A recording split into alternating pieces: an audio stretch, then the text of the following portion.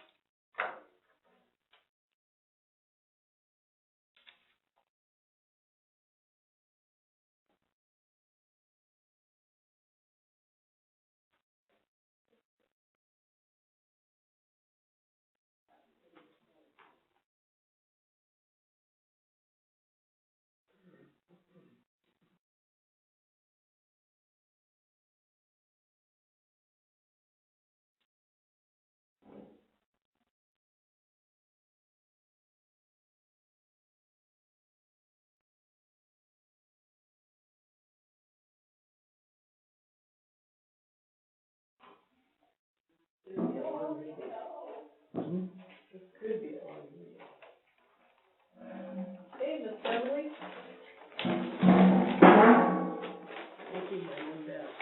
I think we're done with that. Where'd the, food pantry thing go? I think it got Taken down, they haven't put it merged back up into yet. Ada's thing. Oh, okay, I brought toilet paper for it. Anyone have trouble getting toilet paper? Well, I tried We're not Saturday, out yet, but you're. and I'm not out, no. Are you gonna? My son tried everything in bulk. Oh, wait, I was gonna put it on the shelf, but there's no shelf We here, got- I mean. No, we're not out yet. All My right. mom did a stockpile. Okay. I haven't seen how big her stockpile is, but she figured with several kids, she'd cover us all. This is for my personal. I don't use plates. Not at home. You might want to move for a second.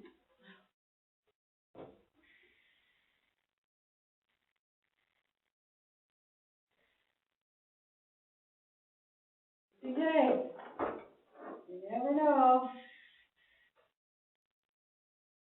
On to prevention.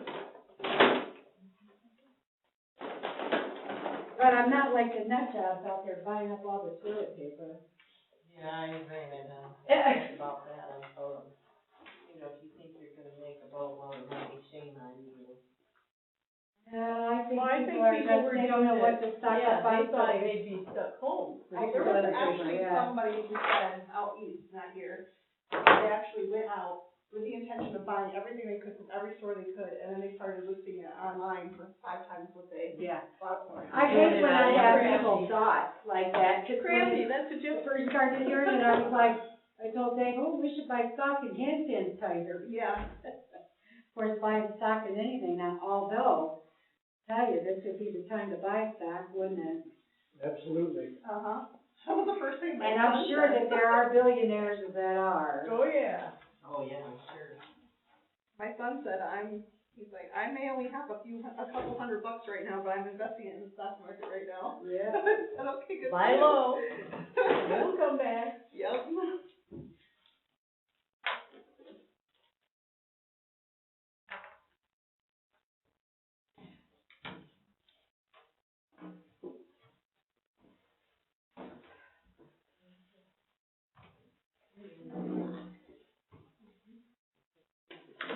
The hands. Yes, that was a whole thing we were talking I about that. think, do they glow in the dark? They might. Or light up? They might. You know, it's funny, this is like a Republican county here, You but leave that thing on. there's never any pictures of any of us with a Republican governor. I'm just seeing, there's Granholm and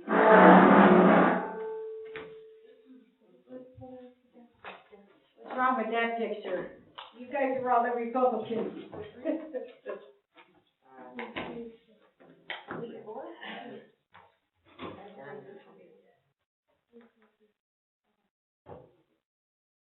We're not late yet.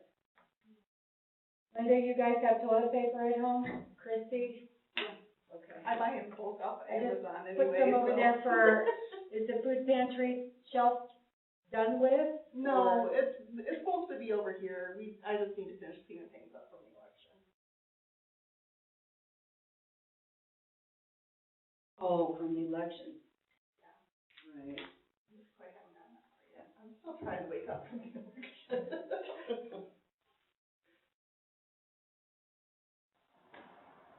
Well, you didn't have to say I could go home. No, you were fine. You were fine. Everything, actually, I would have been better at a decent time if I had had paperwork that I didn't know I needed. Oh, I wonder why it wasn't in the envelope. Uh-huh.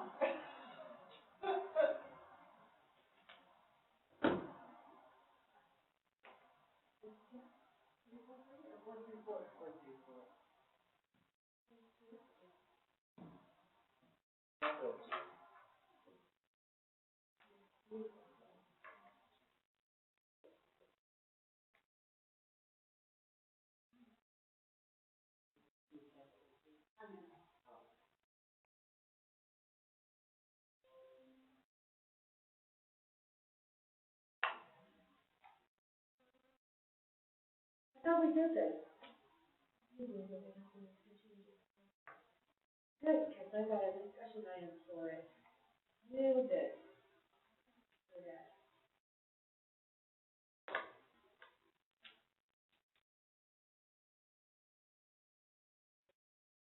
Realize, going from the railroad track, that there's just a little bit of road above that that's really bad.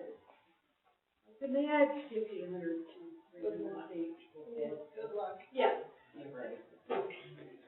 Maybe. Nobody hurts to try.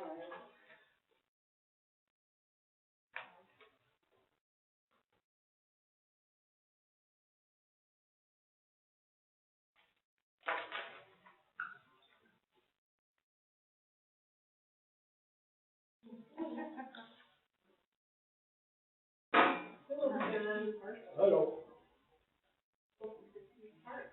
Right, I was wondering about that, yeah. So, hopefully we'll see what I saw in stores, people on their hands and then touch. Yeah, but I'm like, my daughter works yeah, at I'm not Walmart. buying any peppers today. And Walmart's, main office called, they're rationing everything. They got, their clerks are all standing Well, down, that's you get two, you get three, you know what I'm Yeah, saying? They're Costco's rationing doing that. everything except the other end of the store. Yeah, just the stuff that people are going nuts on, and that's. What you did. Today I went and bought some water, there were 3 there, I bought one, left 2, because I have to have this with water. What did Bob tell me when I was a kid? When you come in from outside, wash your hands. When you go to the bathroom, wash your hands. Before we eat, wash your hands. And yeah, but we were also taught to share. We were what? We were also taught to share. Share, and how about, Share everything. and how about walking on the right side?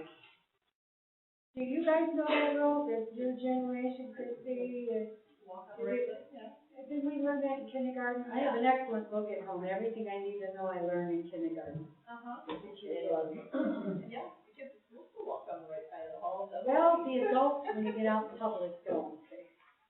You know what the right side is.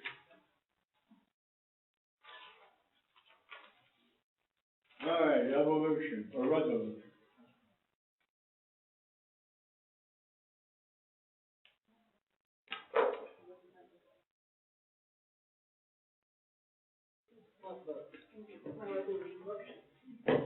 Yeah, get your resolution.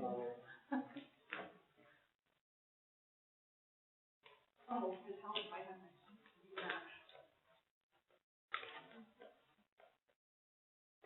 I'm grounded, I don't get my car keys, my kids got my car keys, I didn't get my car keys, so she got home from work, and I can't go out of the house and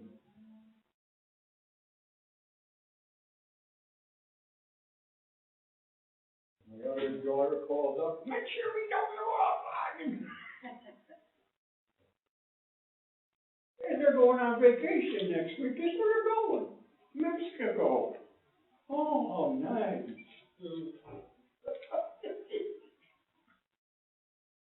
Some people are still traveling, I mean. You'll be in quarantine when you get back. Haven't heard much about the virus in Mexico. Oh, it's there. They electrify the fence, they won't come over, I'll tell you that.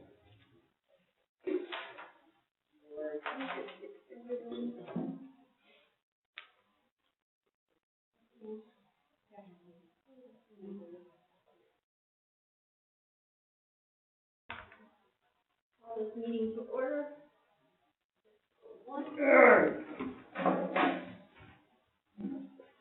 All Americans here. I pledge allegiance to the flag of the United States of America and to the republic for which it stands, one nation under God, indivisible, with liberty and justice for all Americans. Which would include people who immigrated from Holland and. If they raise their hand and said, I pledge allegiance, the veterans will accept them. If they don't, they won't. John, are you here? I'm here. Beverly? Yes. Rhonda? Yeah. Here.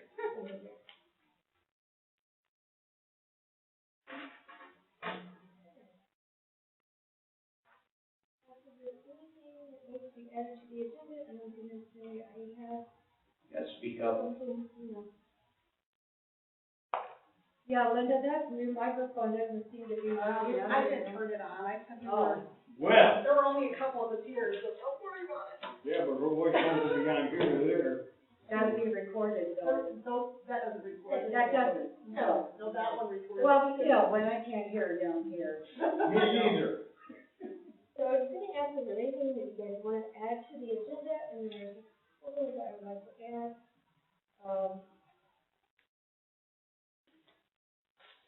First one is the resolution for the road, system County Road Food and Maintenance, there was some revision, requested back from the road commission to us and Bloomingdale, they were sent it back to both of us and asked for revision.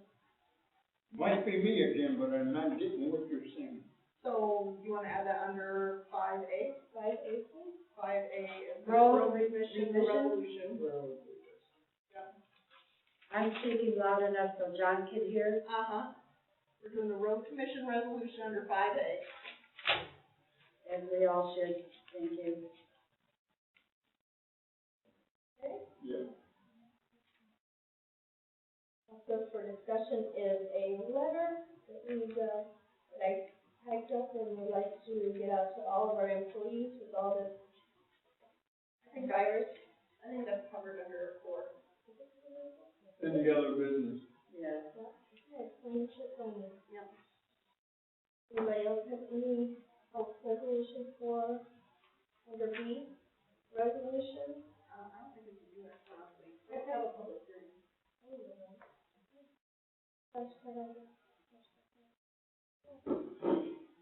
Anybody else? Beverly? Rhonda?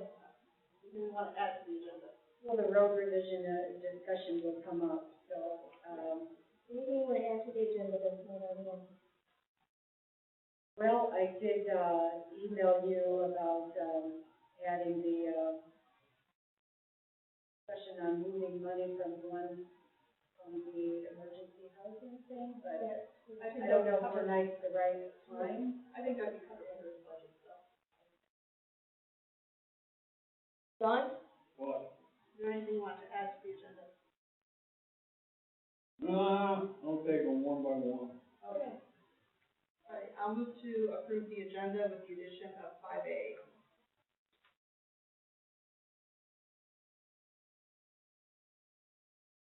Second? All in favor? Aye. Me. Okay, unfinished business, final, budget review on the fire department. If you find that section, I believe it's on page 20.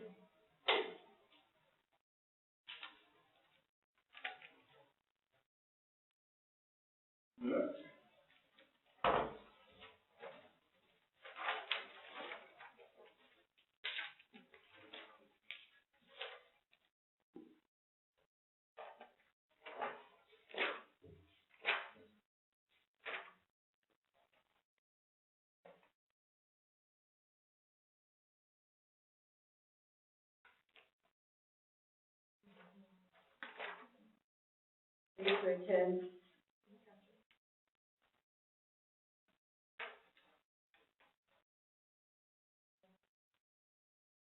So at our last budget meeting, we went over the fire fund. Nothing was changed except for fire department decided that they would like to go with the gas engine on the first responders versus the diesel. What now? The fire department has chosen to go with the gas engine versus the diesel engine for the. Oh, they did? Yeah. I thought they chose gas at the meeting, because it was cheaper. Yeah, but the price of gas right now is really something, but not, who knows how long it'll stay. Either way, that's what we're going with. So what line does that affect? So coming out of the capital fund balance, It's on page 10. Oh. Okay.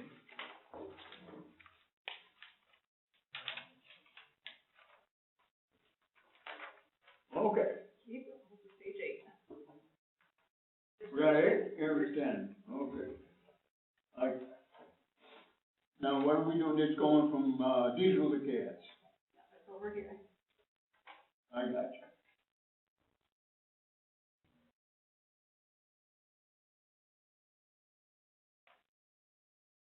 Was diesel on here? I see that it says, this is new. Okay, so that has the gas on it, I understand.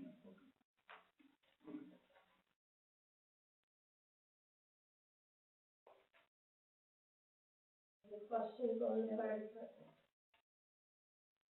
We're talking about the truck that he wanted to purchase, right? Yes. First First responder. Why am I not seeing Right here. the amount? Oh, it's over here off to the side. Okay. The discussion last time, didn't you guys change the AEDs down to 30 grand?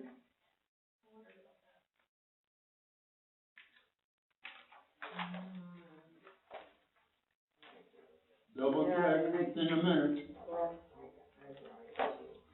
And the radios were also 7,500 last time.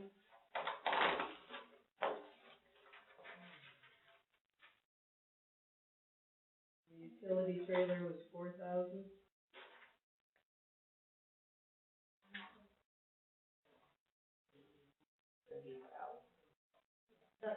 That sounds like what I remember. I don't have any. And the radios is 7,500. For trucks. Okay, so the AEDs are what? 30,000. Radio truck? 7,500. I think that was part of my discussion, my request was that we need to put some of those off until next year. Now, the utility trailer went down or up? That one went up by 500 to 4,000. So I guess my question is,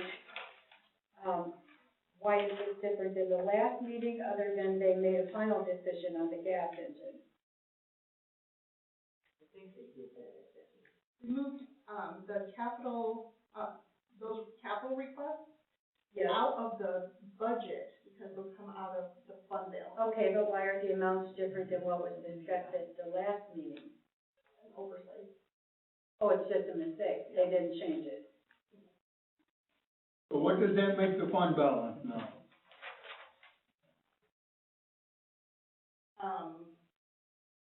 Well, we didn't do what the fund balance would be at the end of this because we have to take out the 91,900. I don't have a calculator, and all this stuff here.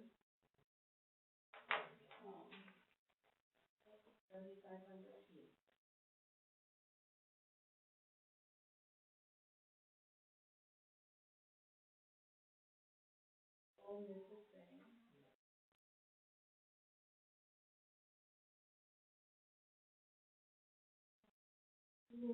Capital expenditures would be $90,735. Then we also have a negative budget, deficit budget, so 514, 599.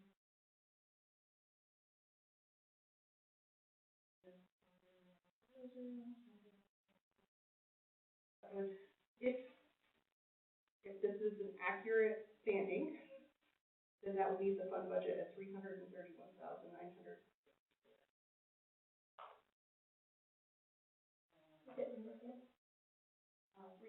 $331,964. Instead of $514,599? That's our current fund balance. We have a deficit budget, so your deficit has to come out of it, and then the capital expenditures would come out of it. I'm lost as far as, so, Well, I see where it is. why did the number go down 200,000 just now? Because so the current fund balance is 514. Yes. He wanted to know what it would be after this budget. So I took out the $90,735, which is the total capital expenditures, and then the $91,900, which is our deficit balance. Okay, so I was assuming that you were already showing that here with this fund balance, No, that's the current fund. and that we just had to make the adjustments from these corrections. No, this is the current fund balance. Okay. So after all is said and done, if this is an accurate reflection, which I want to just be clear that we still have accountants looking at all of the records, make sure everything is accurate, then it would be $331,964.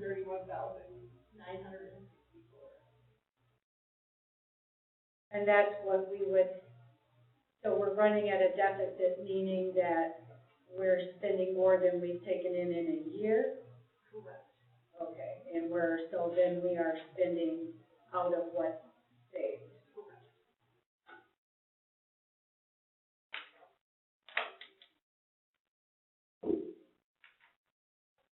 Is it safe to say then, just for a recap, that everything else on this worksheet was unchanged? Is that right? That should be correct. Other than the changes that were actually made last time that didn't get reflected.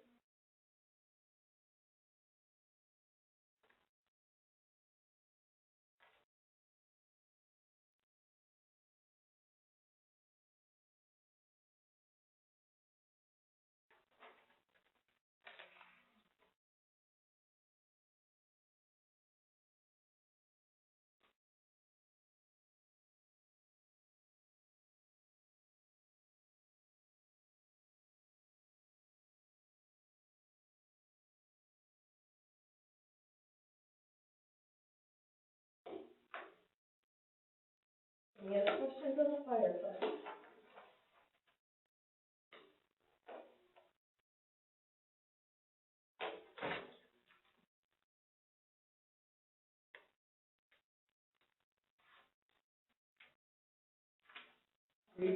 Are you guys gonna handle salary all as one chunk, or budget by budget? Cause there's salary in this.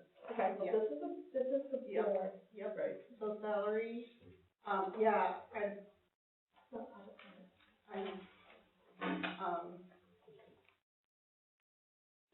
we should handle salary altogether. Are there any other changes, are there changes in that area under the fire department?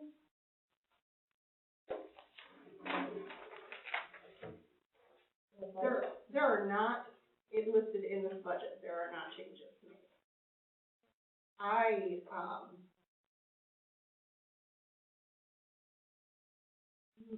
If we were not running such a deficit budget for fire, my personal opinion would be that we need to raise some rates in here, specifically, and I'm just saying this just as a talking point, because again, we're running a huge deficit budget. but the folks that are working daytime are getting paid $10 an hour. That's barely above minimum wage at this point. So my recommendation would be to increase that maybe next year. And maybe the officer's salary should go up with cost of living raises each year. The only one I'm not super in support of raising is the chief's salary. I think that should be frozen for a few years.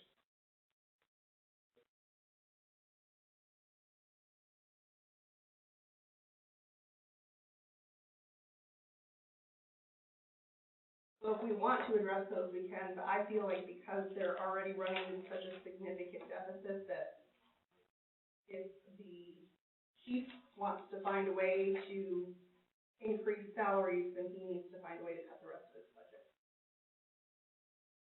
So my opinion is that at this time, until all of our numbers come in from the accountants, to make sure everything has been posted in the right spot, right dollar amount, we need to work off of this until and then come back and readdress it in a couple months.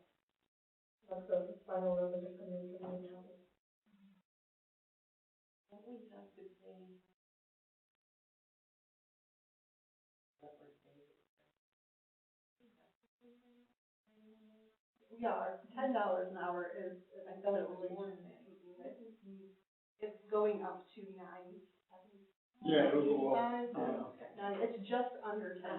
Just under, But a lot of days, are they or are they not just kind of waiting for something to happen? Well, that's another part of the picture, is whether they are just sitting and waiting, or if they're actually doing work while they're there waiting. I think some additional oversight would be helpful for us to understand what their jobs are. That's my opinion. no, okay, but, no, we're talking about, not the cadets, but the other, The daytime the firefighters. daytime firefighter. Is that an on-call, or? No, they're hourly. John, it was the pilot project, remember the pilot project we Yes, approved I last year? understood that, yes. It's the employees during that time. But a lot of that had to do with, first responders, didn't it? I mean. Yes, And as long as we're on that subject, I think we, don't have a concrete way of looking at, how to know that this program is working out in the best way, in the way it was intended to work out. I agree. Besides just a numbers report that they responded to this call or that call. It's when they're not responding to a call. So those are good things for future sessions. I agree.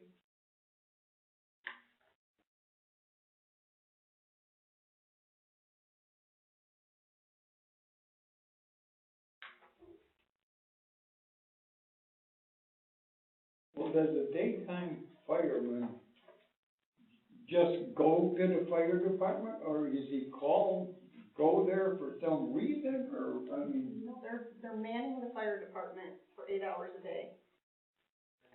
During the week, Monday through Friday.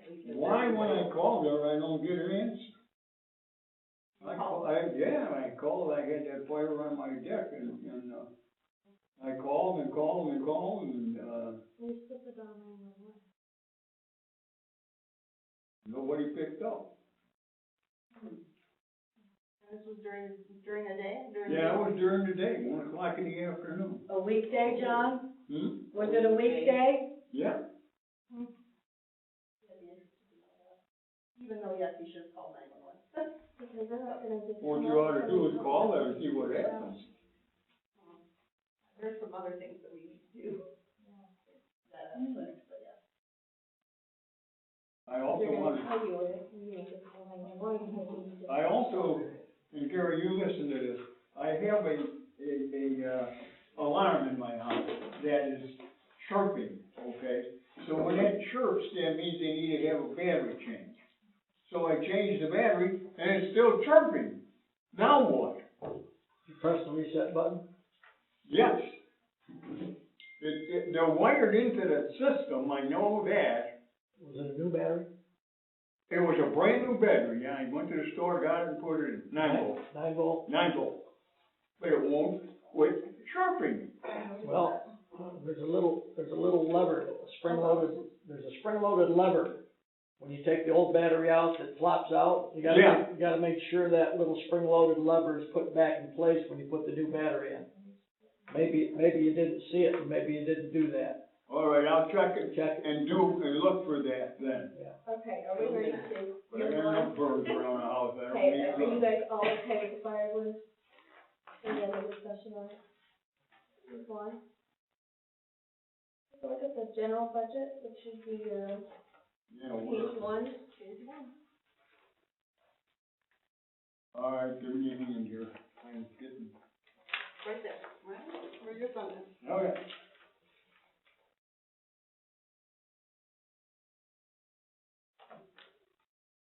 Who spots? Okay. Special assessment collection fee? Uh-huh. Very good.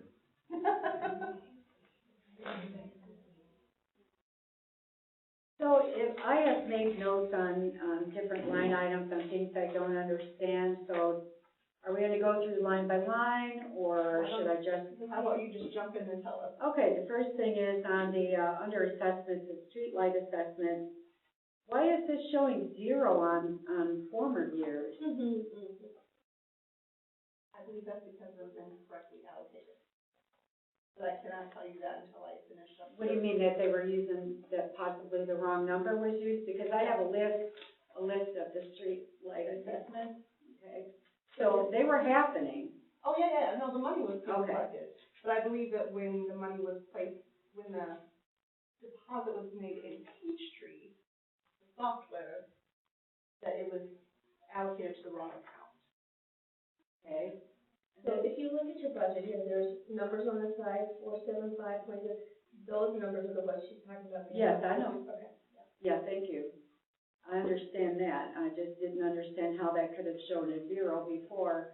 And then I guess as a side note on that question that I brought up in another meeting that in the future we'll bring up, I would like to know if people are overpaying on their taxes or not. Are we collecting enough to pay the light bill, or are we collecting more and that money is, shouldn't be, are they overpaying or underpaying or paying just right? The current, streetlight payout, if this is correct, is $5,400 for this year. And we are supposed to, the collection should be around $3,600, so we're not collecting enough, Okay. if these numbers are accurate. So then we need to talk to consumers and find out how they actually determine what our streetlight bill is, because. There is metered separately. And where are the meters at? I don't see a meter I don't know, here. but I get a streetlight. separate bill. I get 4 bills for streetlights that specifically are for streetlights only. Okay.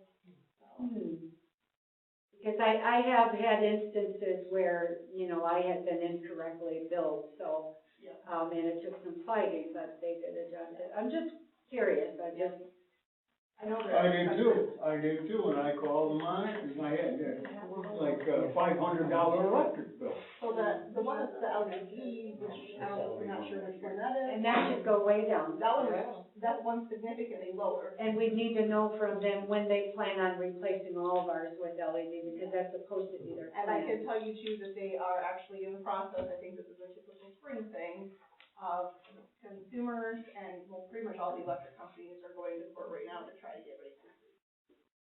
So, just, you're aware.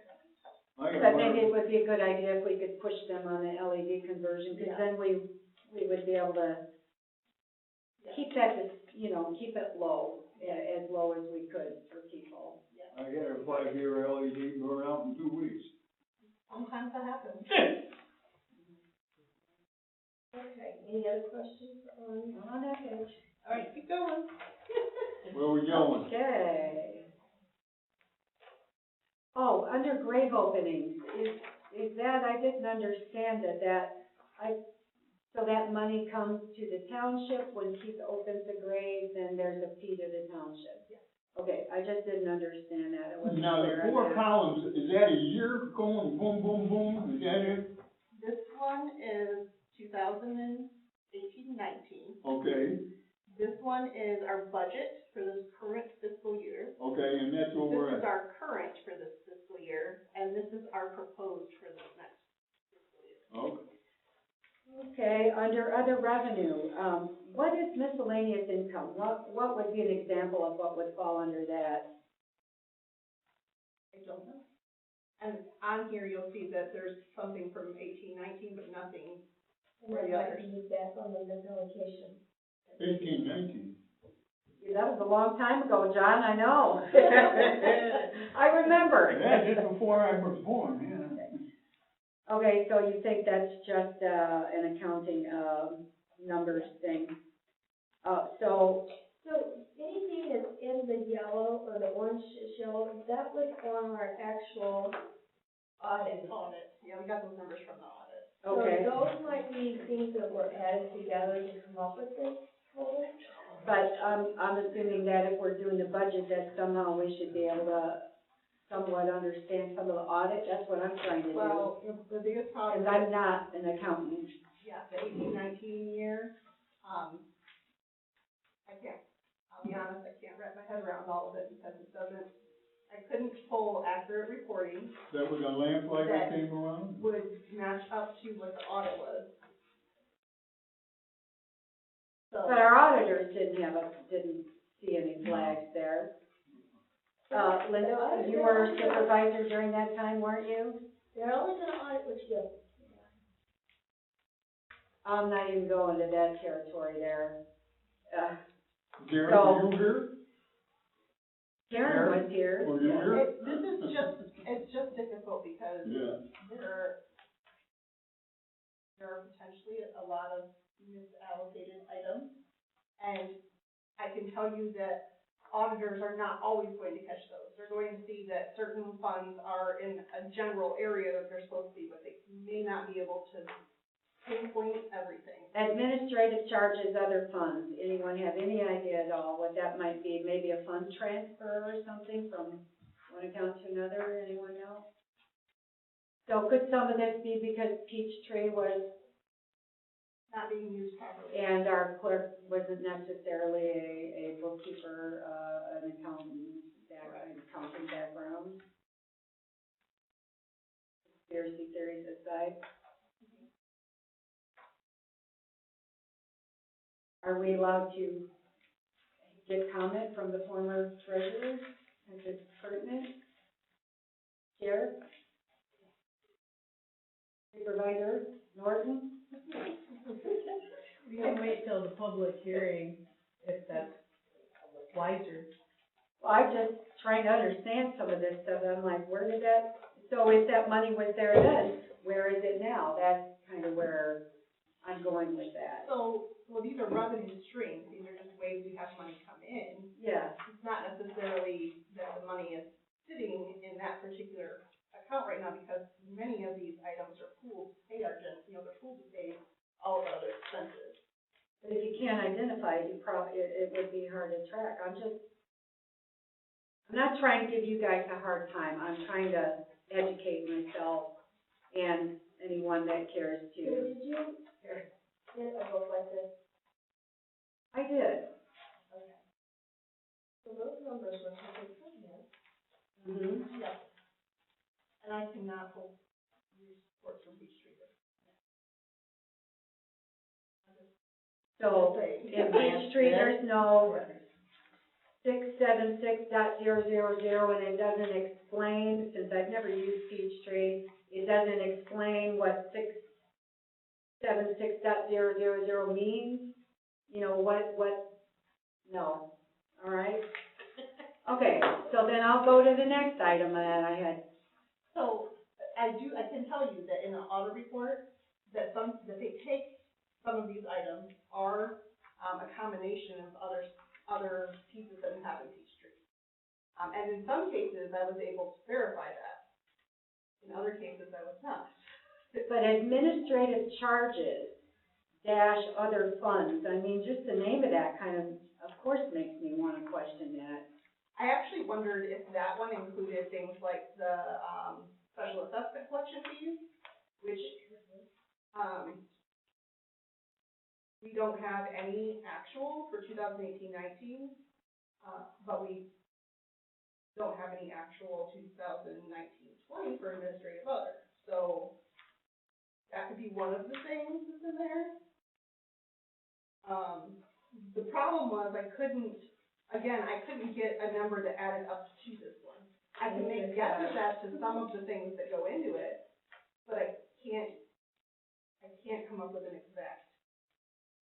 Did you know what that fund was, Karen? Well, just at a glance, the miscellaneous income, I know that includes things like printing charges, and little small things like that didn't really have its own category. The administrative charges, I'm not sure if that is from when we collect taxes, there is an administrative fee that we collect for winter and summer. I'm not positive if that's the exact one or not, but I can tell you that the Treasurer's Department filled out deposit slips with account numbers and gave them to the former clerk. Where they got posted, can't be sure of, but there were reports, and the auditors have access to that. It's part of the reason the comment was made that the auditors only have what they're given. They give a long list of things that they request, and all of the receipts are part of that request.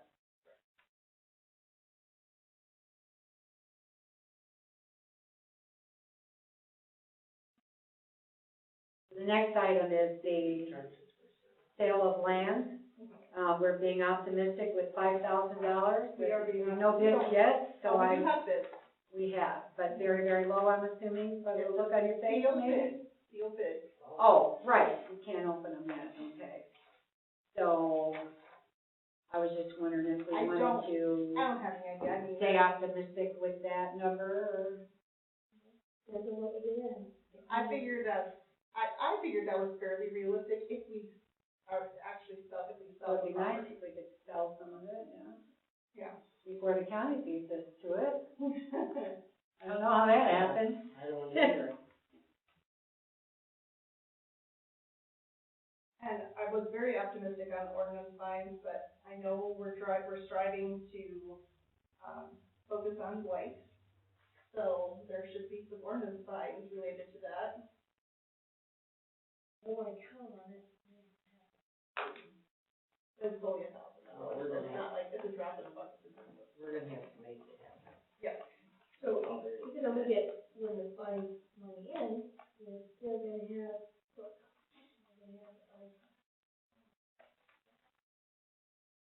we can't go town.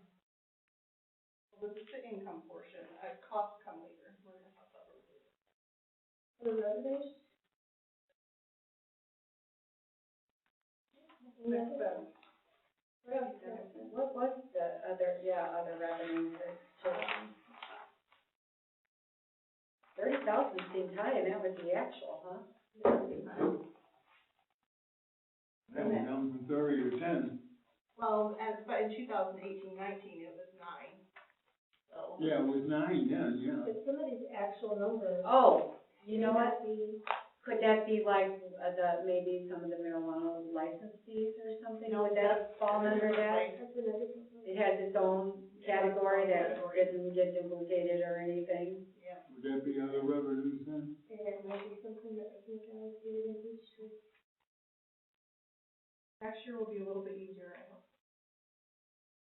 Township Hall rental, Yeah, no. being optimistic with that. A little bit, yes, I actually, Okay, what do we charge? well, I personally plan on bringing a proposal to the board about township hall rental. Okay. Change some of our policies and hopefully make it, a more realistic There should be usage. township residents versus outside residents or something. Yeah, I would like to see the hall be able to be used by our citizens more easily.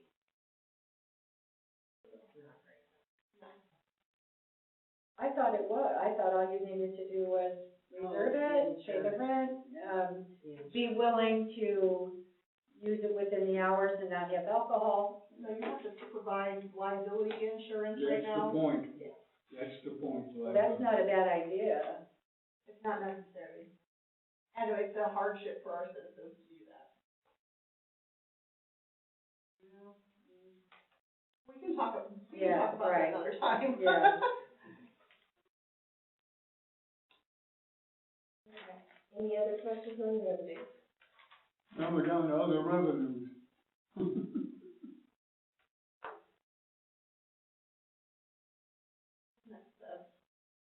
Now we're down, okay, now we're way down.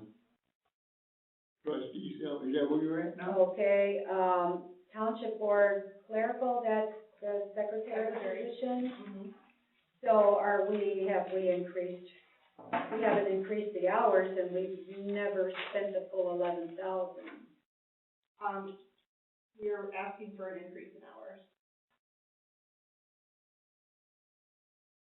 Can you do that though? What does the rental include? Cleaning and all that too? I mean, what, No, they're supposed to clean it themselves. they're supposed to clean it themselves. Or somebody's gonna be watching them. Okay, so then that gets into,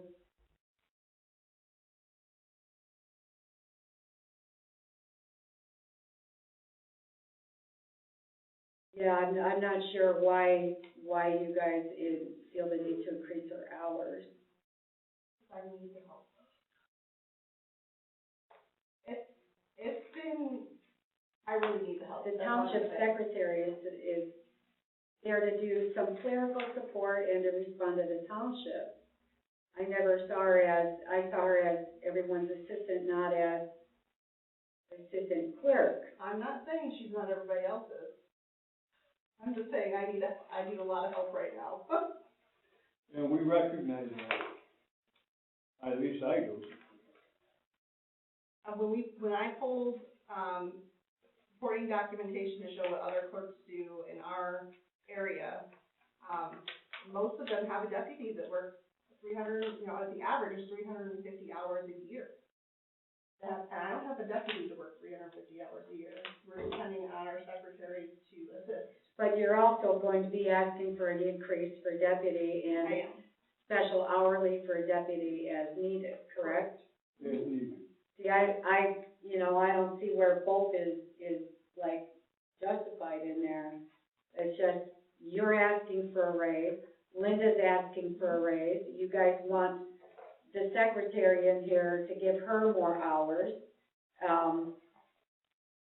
but yet you want to keep the pay for FOIA and The bookkeeping I do, but the FOIA, I am okay with FOIA being wrapped into what I have. The bookkeeping should absolutely be separate. The records that I pulled and the comparisons that I pulled, I would assume that the clerk is doing the FOIA. It is not common for the clerk And to the do clerk payroll. was getting paid separate for FOIA. So, to me, the FOIA pay, that was the $3,500 a year, right? The bookkeeping, that was $3,500 a year. Am I on the right line there? To me, I just feel like you guys are asking a lot. I mean, as long as is this appropriate time for this discussion or no? Yeah. Okay, so I feel like,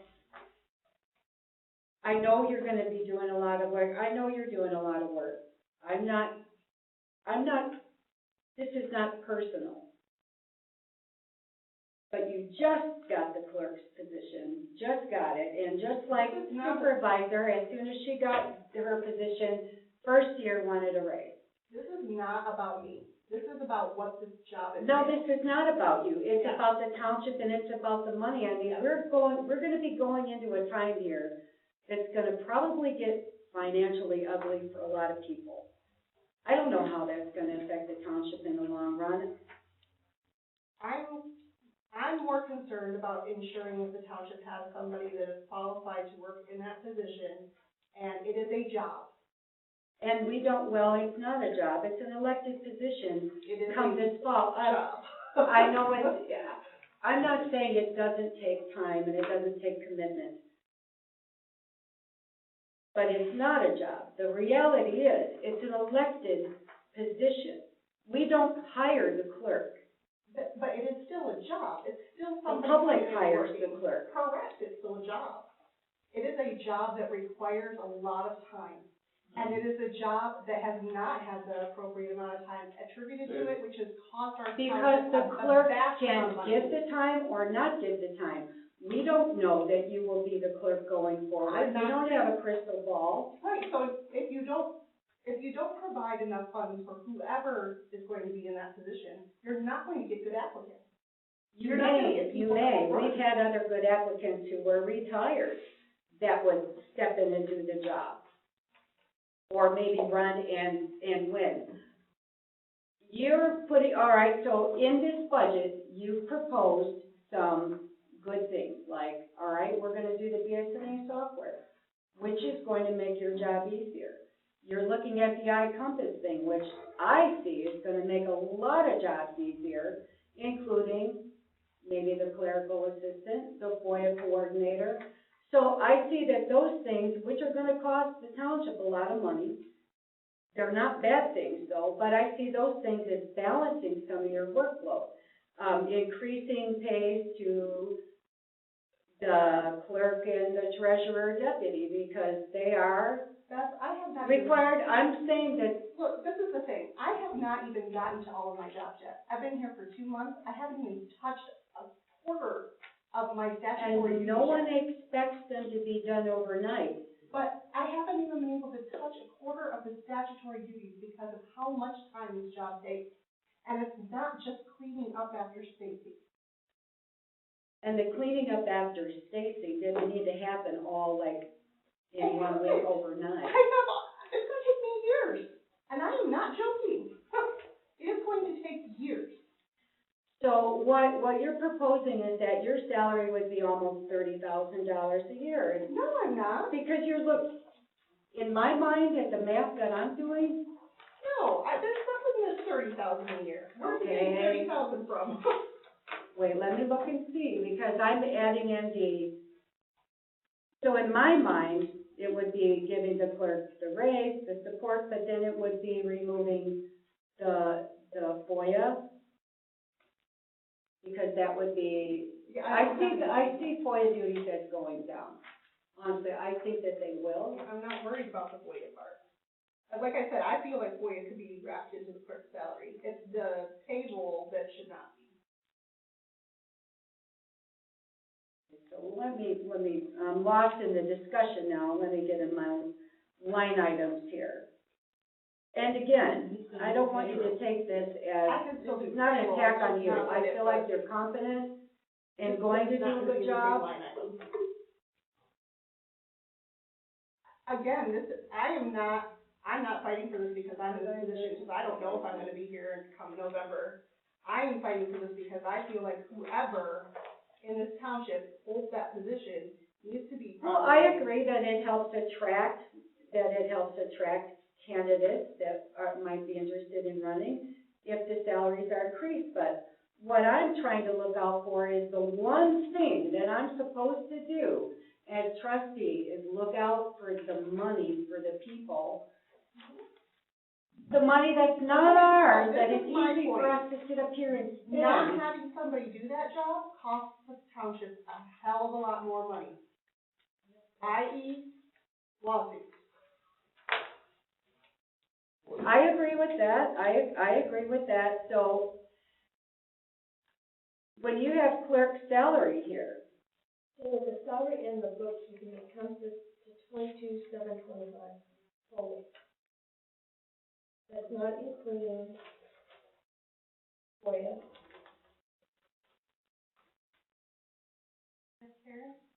However you package it, the FOIA coordinator is the one thing that actually could be someone other than the clerk, so that really should be a discrete number regardless of how you package it and what you come up with. But at this time, I believe the FOIA coordinator is the clerk. Right, so what she's saying is, if I'm saying that FOIA is included in my salary, then we should take the 19,228 and subtract the 3,500 from that, and leave it on a separate line item. 32, yeah. So it'd be, so my salary would be 16,028 Plus bookkeeping. plus the bookkeeping. Well, it would be 16,028 plus both the FOIA and the bookkeeping. Instead of the 19,228, it'd be 16,028. All right, so then I'm confused. What, in your budget, I'm assuming that you're asking for the 19,228 plus the FOIA coordinator plus the bookkeeping. We can Do I have that wrong? change the 19,228 to 16,028.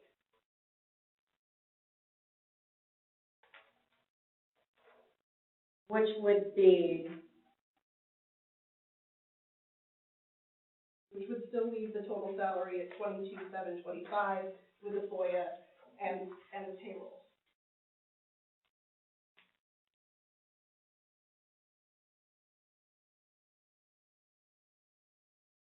Which is still gonna pay me about $6 an hour for the rest of the year. Well, what I'm Throwing that out there.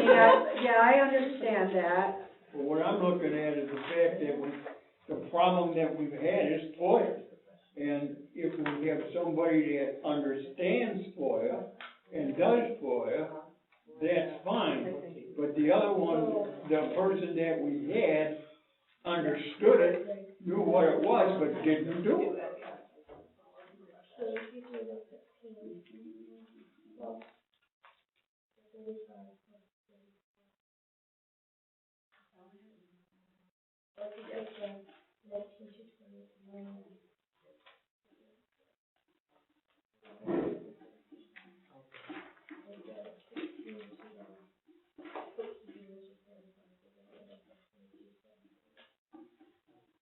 So I was looking for the, salary survey thing. So then that puts you more in line It's the average. with the average. And this average that you gave was a state average The state average of townships with a population between 2,500 with our, and yeah. 500. What is our population? About 2,500, isn't it? No, Is it last that time, high? no, last time it was 28. 28. Yeah. Remember, it was about 16.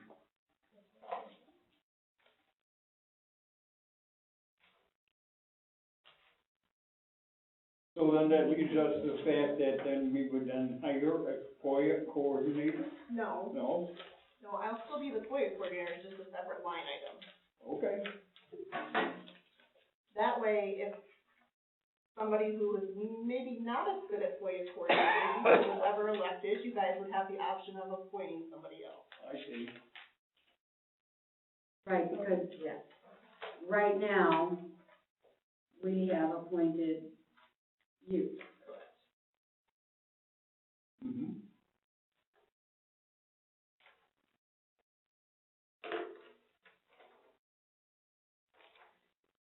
So the, local clerks, I don't know how they do their bookkeeping. Because I did get some local numbers too. So, Most clerks don't do payroll. They hire that out. yeah. Okay, so, one more time to be clear, your line item should be 16,028. So why does it say 19,228? That was the average, and we should have taken into account the FOIA being part of that, and we didn't. Okay. So that's without the FOIA, and then where is the bookkeeping line item on here then? That is under, 101,803.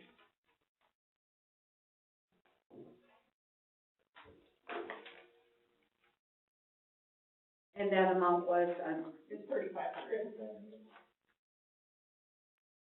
and the FOIA is also 3,200. Mm-hmm.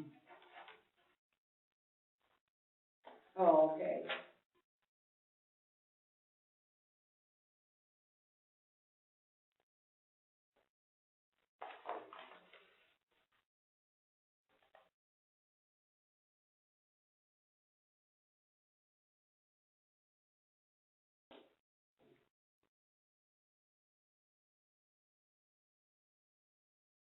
What's supervisor miscellaneous? Everybody has those, every elected official section has a small miscellaneous section for any random things that might come up. Okay, so, You see the transportation, it's got me down at $910.90. That was, I'm never gonna get there. that was a misallocation, all of the.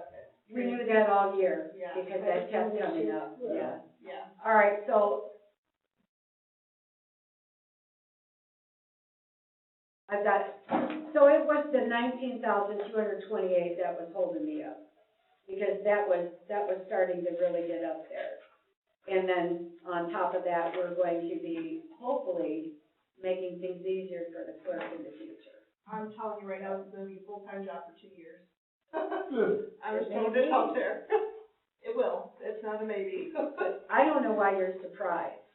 I really did not think that it was going to be a full-time job. I did not. I thought it was going to be manageable in at least in about 20 hours a week. I did not realize how bad it was. Well, from my standpoint, I think Christie is the right person for the job as we look back at what has occurred in the past. And we are in the process of straightening out, and I'm hearing what I need to hear, and I'm not surprised with the figures as much as I am as the job that's being done. That's good, John, I agree with that, but what I'm looking out for is going forward and spending people's money. That's all. So asking questions is completely That's right, appropriate. absolutely, that's what you do. But to go forward, you have to pause and then go forward. And we're at a point where we're progressing, but we're not at where we're gonna be. Okay, so back to salaries now. I'm done with the clerk. So there's no me and I, there's us. So what about us? Right, Bev? What about us? Yeah, I'm not here to No, I'm not do either. that. Well, I think there was a small increase proposed for the trustees, it's like about $100. Okay, so let's start at the beginning up here. Election salaries, what, to who? That's to the election workers? Yes, Okay, and yes, they are significant for this year. But I want to, explain why. We have 2 more. I mean, that's like 8,000 compared to 2,000, but wait, that wasn't an election year. But remember, we didn't have election year. Right. And because of the absentee ballot situation, I need to add more people. So the goal right now is to have six people that will work, 6 full-time positions for in here. For During the election. Yes, precinct 1. Then we will have an AD county board, which is considered a separate precinct. And that will need 3 people, to work 4 hours. I'm sorry, we'll have what? It's an AD, absentee ballot, Okay, county board. okay, and then they're just gonna handle the absentee ballot. Yes, and that'll be a 4 to 5 hour shift for 3 people. And then we're supposed to have a receiving board, which we haven't had so far, but we're supposed to. So the goal is to actually have one. And that's 3 And people. what's a receiving board? People who, as people come in, direct them, or no? No. They only come at the end of the election. So they show up about 8:30-ish, and they have to stay until everything's balanced out. But they have to take the packet from the workers that worked all day. They take the packet from precinct 1, they take the packet from the absentees, and they have to look over everything and make sure everything is correct before it goes to the county I see. and sign off on everything. How did Okay, so you base this on how much an hour and how many, like, so many hours? I pulled salaries or surveys, and, we were below average, so I bumped it up to $12 an hour for our election workers, at 15 for the chairperson. And that includes some training too. Because everybody has to go to a minimum of a 4-hour training, and my chairperson has to go to 2.5 days of training. Well, I voted here. And And boy, to me, it was a lot smoother than that had been in the past. election transportation? That's for mileage back and forth to training. I liked that machine you had in For here. how many That was- people? 9 to 10? 9, 10, 11, 12. How does the absentee ballot work if they can have it up to the time that the polls close? That's gotta be a, It's a pain in the rear. you bet it is. And election miscellaneous, that's, That's like food and stuff like that for my election workers. I like to make people happy so that they wanna come back and keep volunteering. Cause, yeah, $12, yes, you're getting paid $12 an hour, but and that's legal for us to do, Oh, yeah, or you absolutely. waiting to do it? absolutely. Well, But I suppose I'm looking at the nation the way it is with this carnivorous virus we got going on. The absentee ballot is gonna be a big thing in the next election. It already is. gonna be bigger. And then capital outlay, Yes, the capital outlay is, in order to do the absentee counting board, I have to have another machine. and that's all that's gonna cost for another machine? You see the little line item next to it that says the draw from capital? Yes, right. That's, okay, so, But let me explain though, there's a good possibility it'll be half that price, because of the grant. yes. But I do not know that for sure, so I wanted to make sure that I put the full amount on. I see. I'm told that the So- grant is supposed to open back up soon. Okay, one thing that confused me was this off to the side here. So where is it, it's not accounted for anywhere here? No, because there's been money deposited into the capital outlay every year, so we should have enough money in our fund balance. Kind of saving in advance Mhm. towards those kind of things. Okay, now, under the assessor,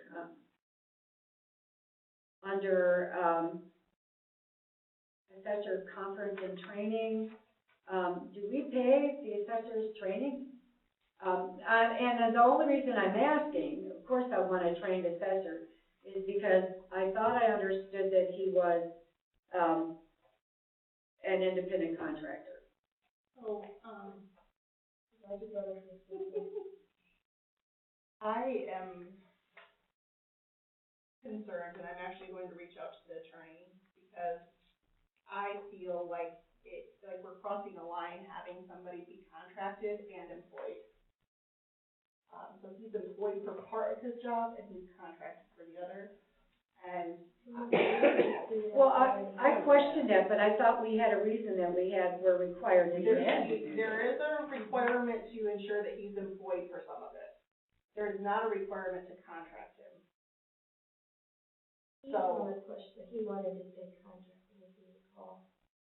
I would like to, It's actually better for us if he was contracted financially, but we, unless it's not correct.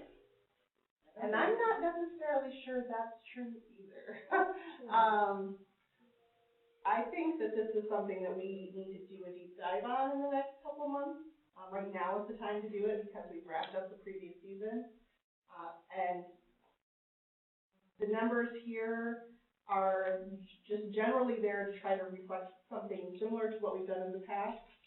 But I'm personally keeping in mind that in the next couple of months, we're probably gonna come back and amend this in some way. Because I feel like there's work to be done here. It has not been done yet.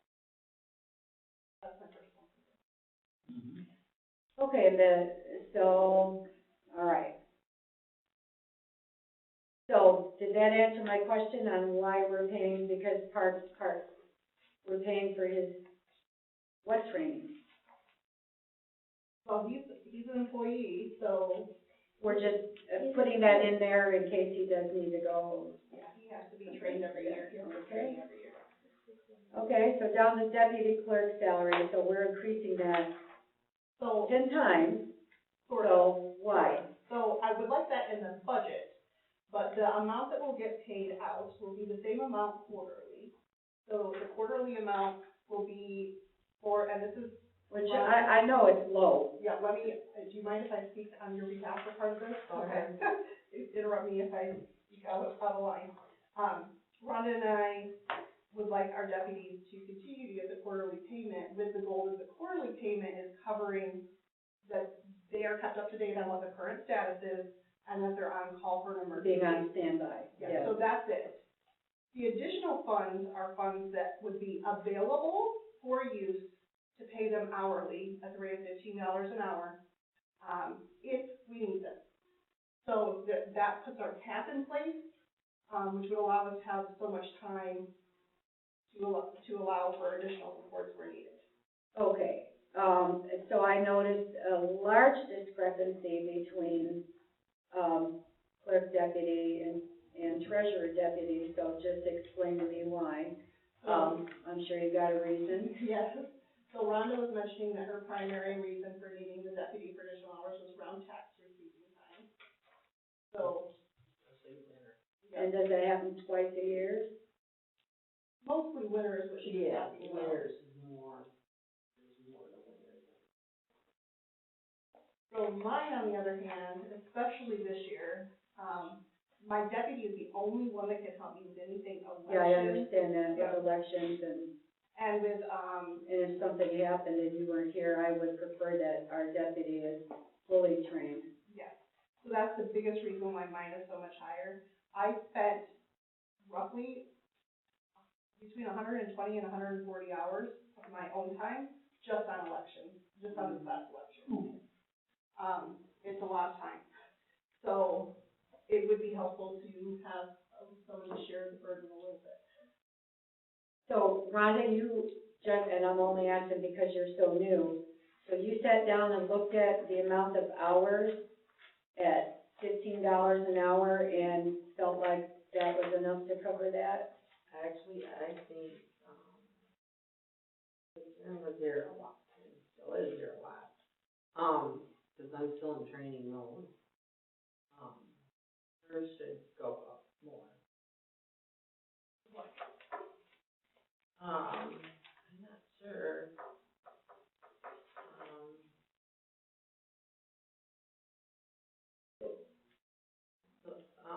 I'm thinking like 3. 3 what? 3,000. Not saying that, well, you. So that's how many hours? That's kind of divided by $15 an hour. And Christy, my, under the deputy column, the blue column off to the side, is that total with the quarterly, or that's the part That's that's total for with hourly, That's the for total. hourly? It's total with quarterly. So that's, Here, I'll tell you number of Okay, hours for each of them, just 1 second. Number of hours, if we bump this up to $3,000, the number of hours for the treasurer deputy is 63. And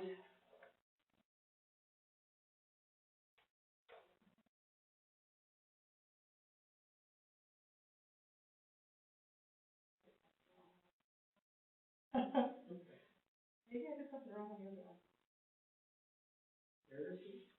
Yeah, on yours, I did something wrong.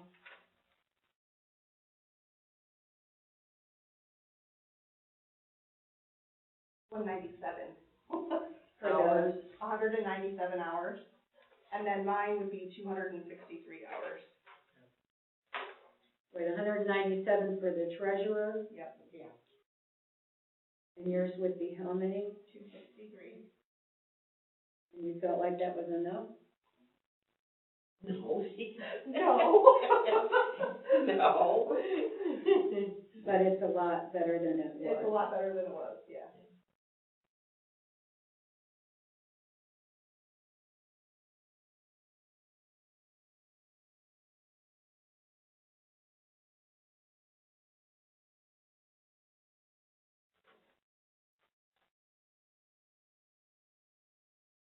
Okay, the Board of Review salary, is that a per meeting So I thought, amount, or, I'm confused on that. yeah, so I don't know how this budget was created previously for the board of review salary, but when I calculated 5 members at, how many hours was it? 12, 15, roughly $50? Oh, so that's for the total board? Yes. Oh, okay. Okay. Yeah.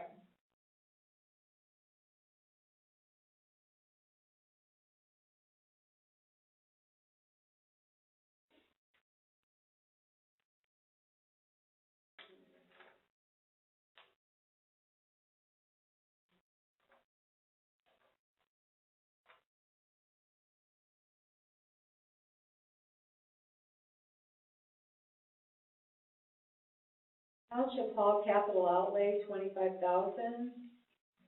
That's what we budgeted year over year, so that's our savings account. Oh, Easiest way to explain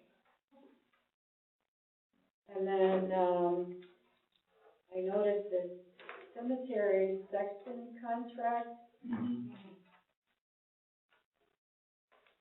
we want to. Maybe I'm not comparing apples to apples or something, because 14,000 to 22,000? That's the contract you guys approved. Yeah, we went through that. Or wait a minute, we had $1,350, so something is not, No, it's just, so there's no salary anymore, there's only contracts, so if you add the two together, you're at 15,478, okay, and he had asked for, and you guys had approved the $22,000 contract. okay, I was wondering, how did that go from 1,350 to No, I see. 22,000?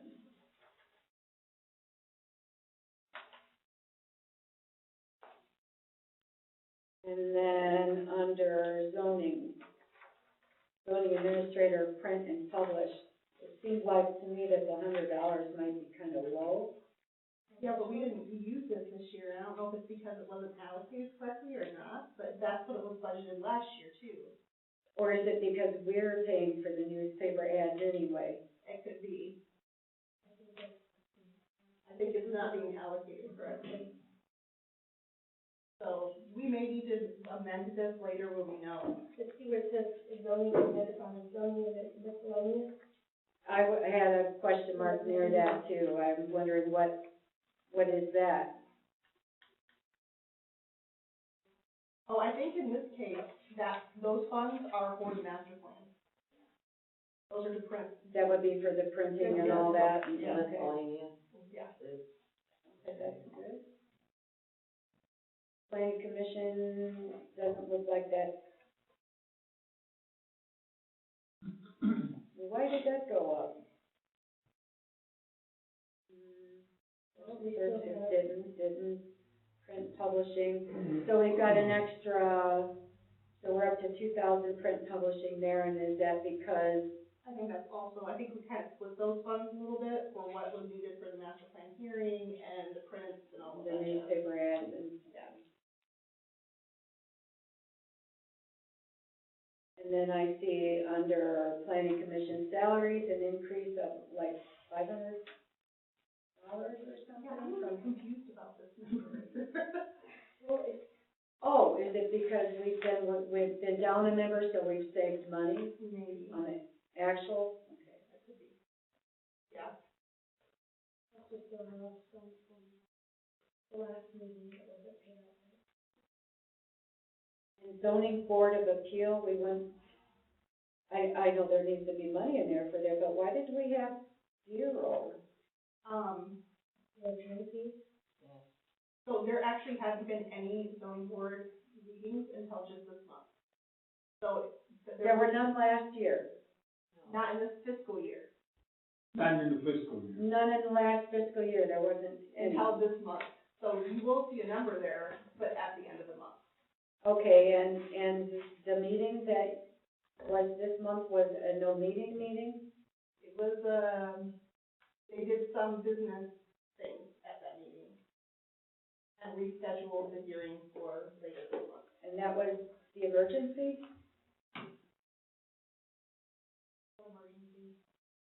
Guy said that you put someone in place without board approval because it was an emergency, so I was. Yeah, so they had to hold a meeting.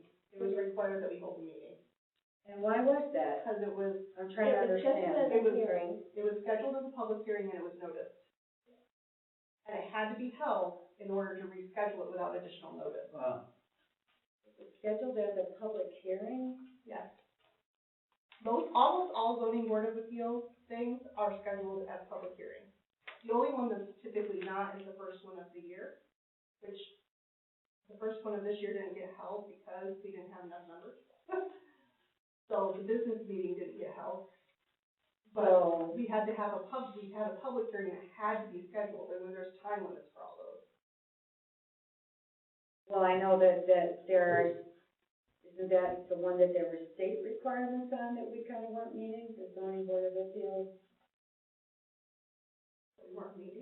As far as supposed to have meetings and a calendar and all that, or was that the other one?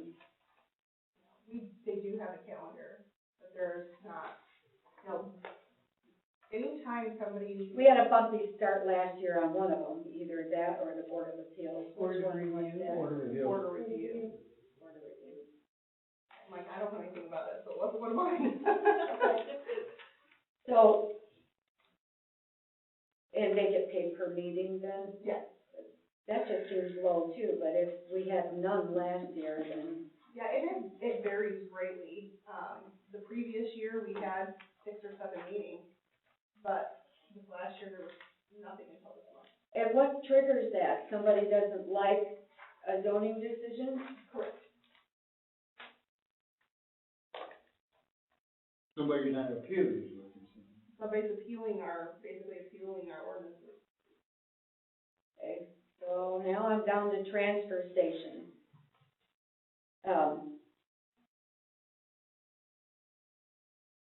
And I'm sorry for taking up all this time, but I feel like since this has to be approved next week, needs to be done. So it looks like we're down on the maintenance and repair on the transfer station. I know we had some repairs that were emergencies kind of last year. And we hadn't been doing maintenance, and we were gonna go forward with maintenance. So. That had to do with the ramp you're talking about. Right. Yeah. That never did happen. No, but remember, Linda, the machine broke. Yeah. Yeah. And it hadn't been being Right, exactly. maintained. Exactly. So do you And I guys, don't see, do you feel like that's enough money to keep that stuff in good order over there? Well, he's the one that said it. In other words, Bush. Did Butch give you this budget? so, We still need the ramp. Yeah, that should be a capital outlay. cancel out. That's not maintenance and repair, that's a capital outlay. So, Still want it. Linda, you were familiar with that Yeah, company over there. so, yeah, this would become.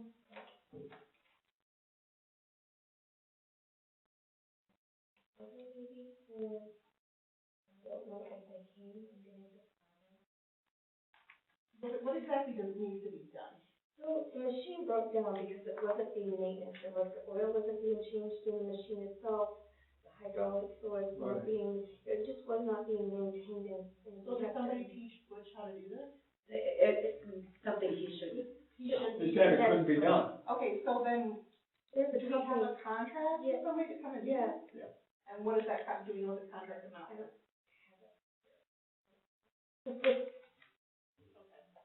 Did you plug those numbers in there, Linda, based on that? This is the same as last year, Same so as I'm last guessing we year. didn't change Oh, it. that's last, yeah, it's last year.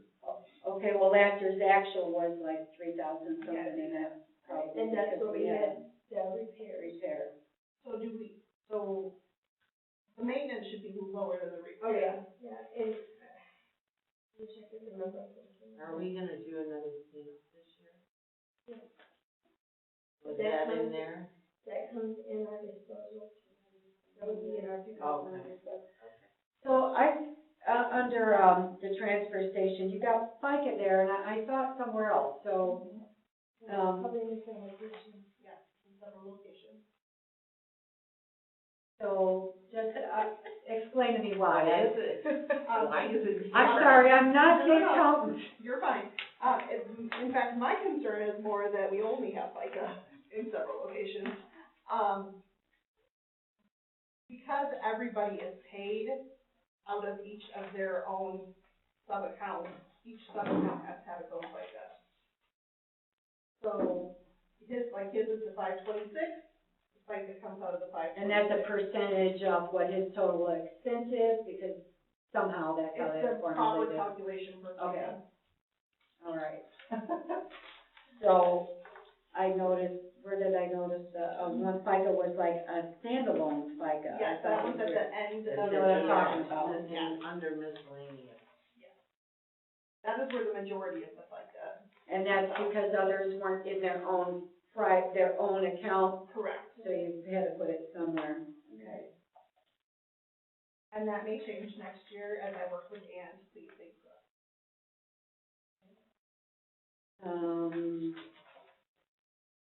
Recreation facilities, is that like maintaining our, like, The ball field, whatever, anything that's out here. okay, and that's like, what? And it's not maintenance, we've got 0. Yeah, Oh, and that's where there's another FICA. that's a big FICA. That's the big one. Oh, Um, okay. Under I miscellaneous, actually okay. wonder if this recreation facilities is high enough. I have not priced having, a softball field maintained, but I know that the gravel is required to be pricey, Well, I can tell you that. and that one definitely needs gravel. I think we wanted to put money to something. That's what I meant. Okay, now, on that, so I thought that We had priced it out. the maintenance guy does the field, no. No, And I thought, the last I heard, no one has been using that field. that's right. So, It was maybe graded, it'd be smart to have some money in there, but not like run out and spend money to make it look pretty just No. because. But I do think that we could potentially tap into the ability to rent that field out, if we advertise a little bit better and it's in good enough shape. And that might not be worth what we'd have to spend on insurance. Oh, I think that it could be covered by whoever rents it will cover it with their own insurance. We would kind of like the hall. No, very different, very different. when we All right. had teams, I just wondered what that was. when we had teams going there and I was on that situation, we told them that they could paint the things, they could paint whatever they wanted to do, if they wanted to make it nice. We did not do that. And I would not suggest that we spend the money unless we have a contract. If we had a contract to rent the field consistently, then we should. Or even if you need any teams that were gonna Yeah. actually use it or Yeah. something. We don't even know if we'll have a ball team this year because, not because of the virus, but because the teams are not uniting, they're not getting together, you can't get them to play. Okay, so, we're getting there.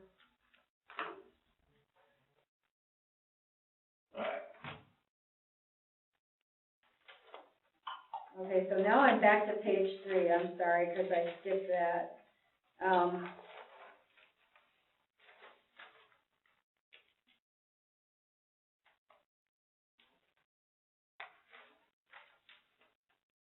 So, okay, I see the Page point 3. coordinator, that stayed the same, Mhm. bookkeeping stayed the same.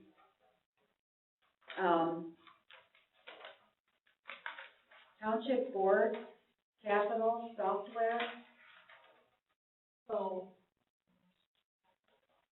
101.973. all right, so you notice I have that we put $1,000 into the capital fund. So this would be something that I would recommend we do annually, $1,000 into capital. And then the remaining 18 that we need for BS&A would come out of our fund balance. So that's for, I don't see anything referencing BS&A on here for No, that. it just says new software. Township board capital software, so BS&A would be considered capital. Yes. Okay, so we had 10,000, but there's only 1,000 there. Correct. So I don't believe that previously the board was appropriately using these capital capital funds.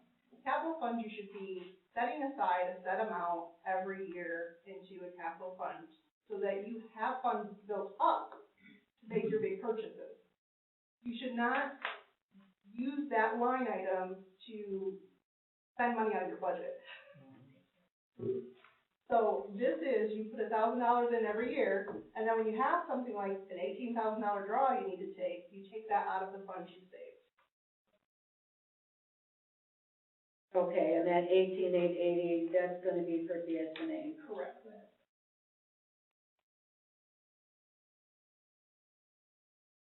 And township board miscellaneous, 2,500 includes funds for community forums. Okay, that answers that.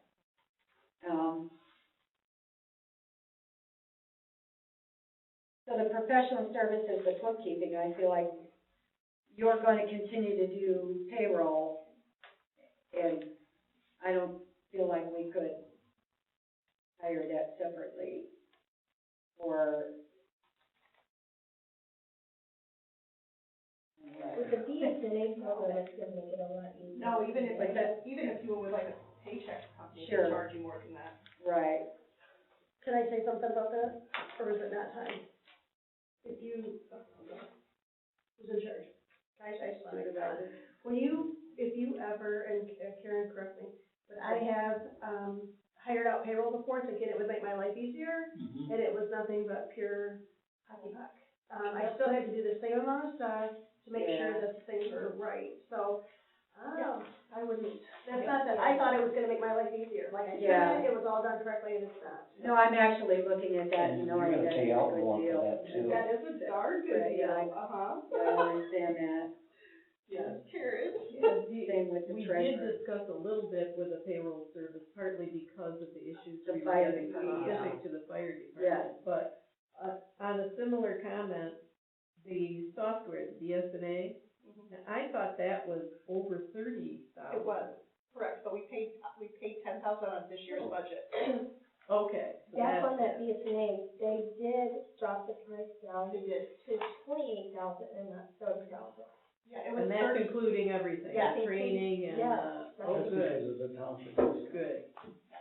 And then aren't you, and maybe you're not to that point yet, but isn't there another software that? There is, that that's you- actually incorporated into the software maintenance services line Well, item. that was gonna be my next question.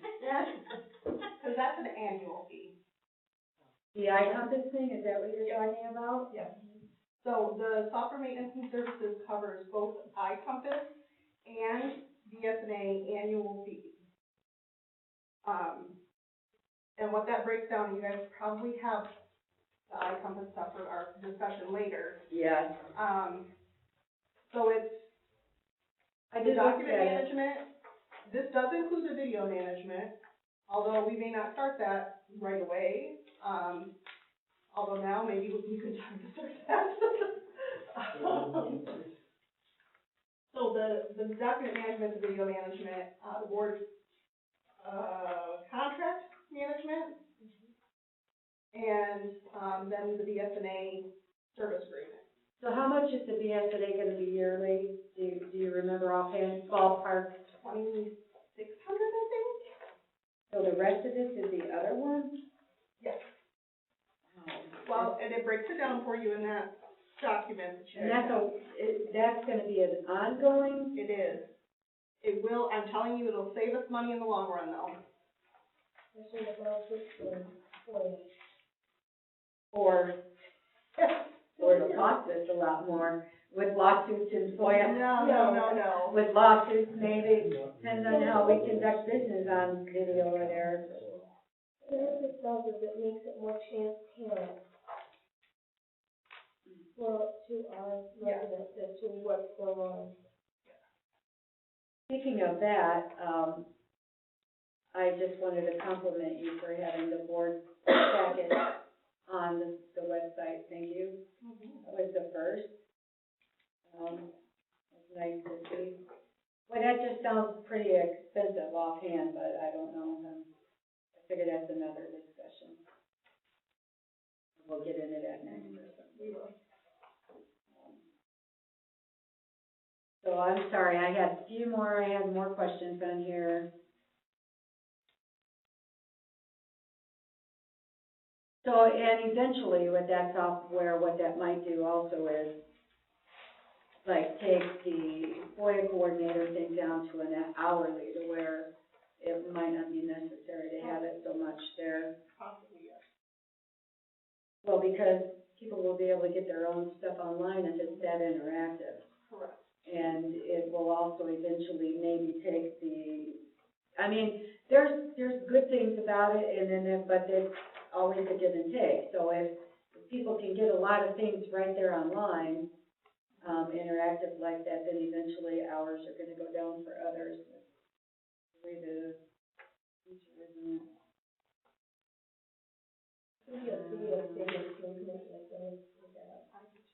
I'm looking forward to having that. So, and then the supervisor salary, what I noticed on there was,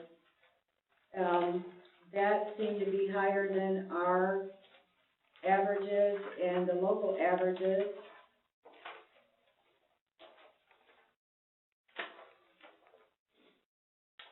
So, the local average is 15,485.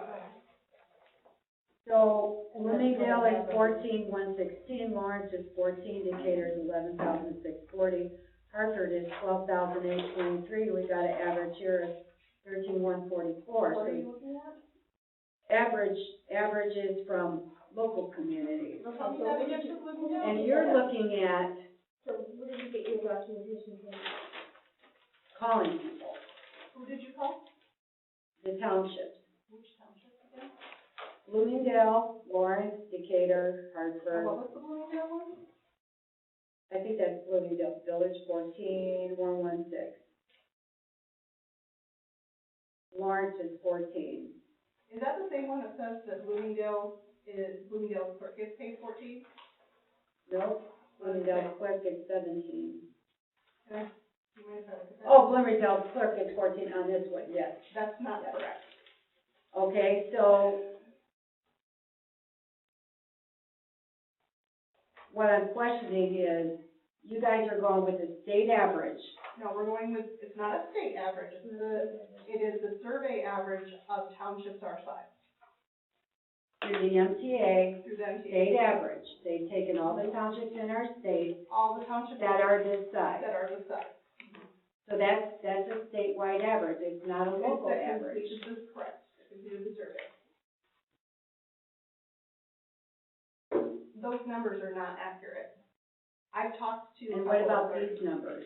Well, these are reported anonymously, anonymously. From the their MTA. township. Yeah. And I happen to trust the MTA, which might not be a bad thing for this board to do going forward. Because we trust them when we want their numbers for something. We don't trust them when they're giving us a legal opinion that's either been printed or given to us when it's for advice. I don't know anything about that. Well, case in point, Rhonda's appointment night. That was MTA advice that said simple majority. And that's what you guys went with. Yes, but part of future board, you and supervisor did not want to believe that. No, I questioned MTA. You even said, I go with MML, and you guys made us wait till the end of the meeting. Hold Well, on, Linda first got a of all, text from I the was not on the attorney. board and I did not have access to the information from the attorney. I did not have access to the information from MTA. I was not told that information came from MTA. Yes, during the meeting, we said the information came from MTA. Karen divulged where she got the information from. I'm just making a point here that we're either going to abide by MTA because they have legal professionals for township stuff or not. So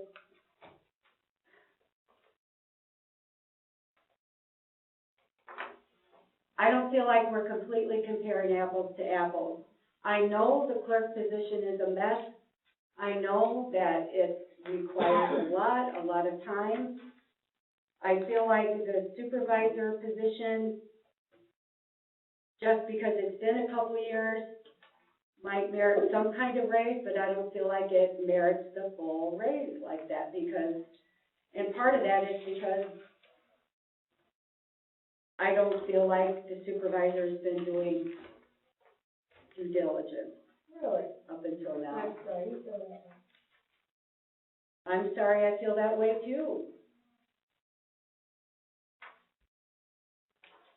So, I think I'm done with my questions for the budget. Other than, one other point I wanted to make. I think we have a very nice deputy supervisor, but it's not a required position, so I don't feel like we should have that in the budget.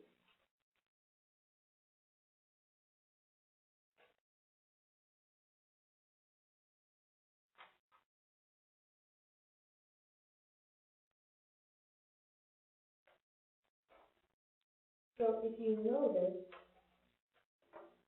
on the three head administrators of the township, Where you at?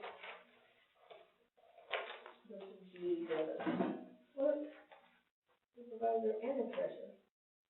We went with what was recommended by the average. We went with the averages for all three positions. But you don't have a problem with the treasurer's being at 1902, but you sure have a problem with. Where's the treasurer at 1902? It was on page 5 at the top.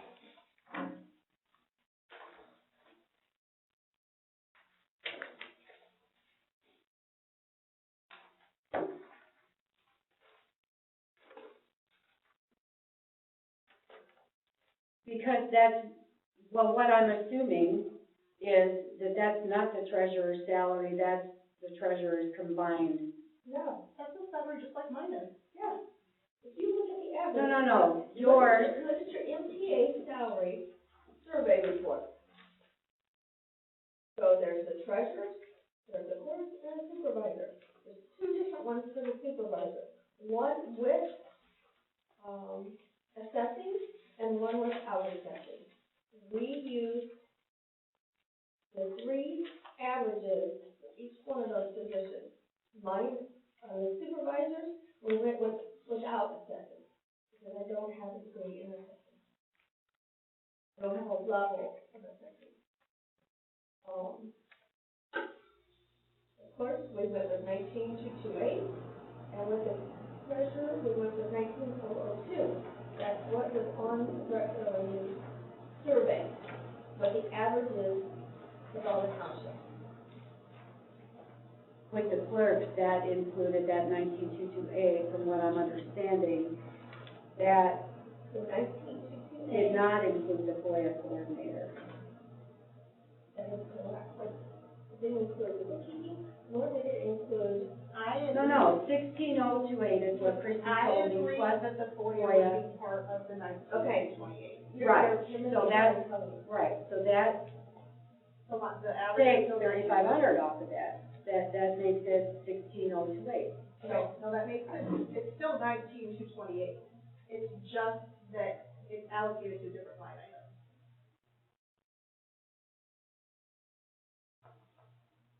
So it's, and where did you get the 16028 from? That's because we allocated 3,200 to the FOIA coordinator line item. If you take that 19,228 minus the 3,200, that's 16,028. Okay, that's what I thought. Yeah.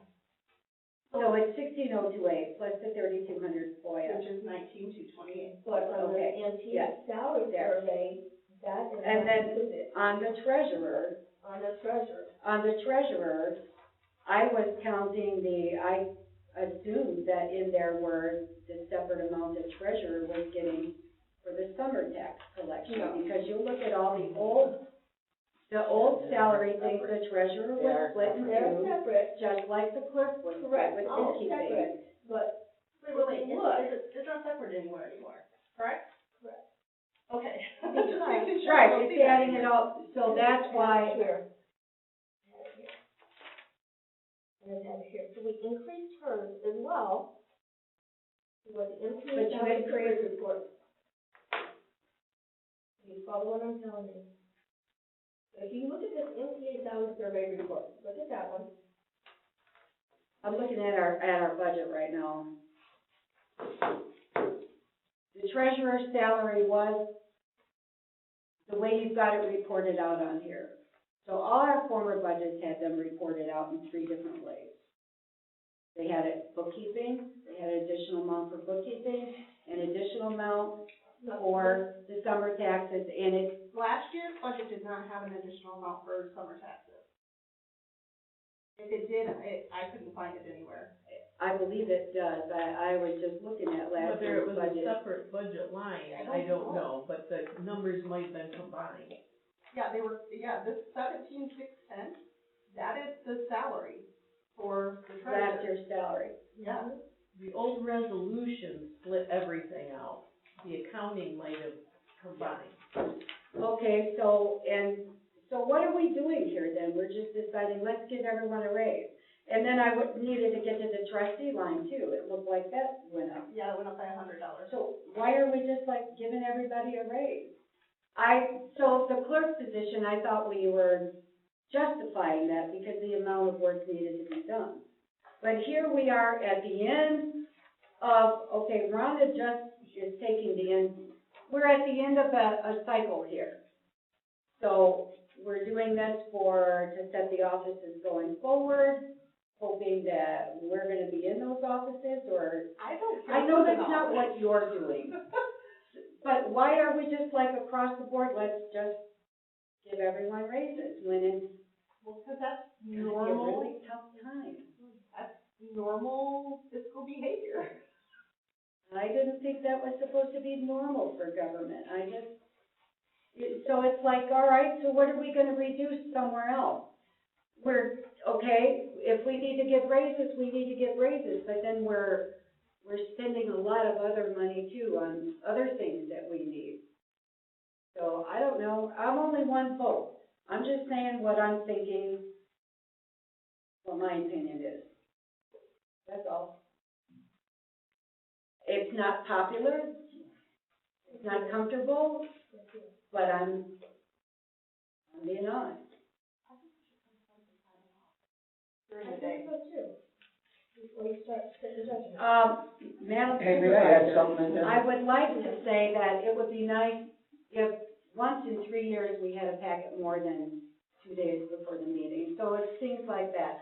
I know you go to community meetings and all that, but it's things that occur here Okay, so that are hold on. important. Hold on, let me make it real clear. I make out the agenda, the clerk makes out the packet. That's the way it's supposed to statutorily work.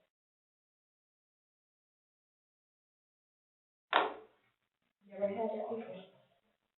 And because that was a good excuse, to me it wasn't.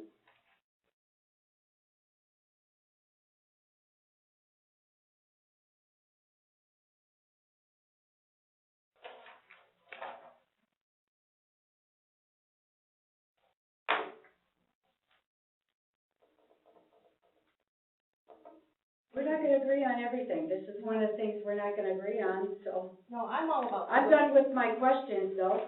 I just want to say, I'm all about public service. I have committed a good chunk of my life to public service. I have no issues with volunteering time for a lot of things. And I have volunteered a lot of my time for public service. However,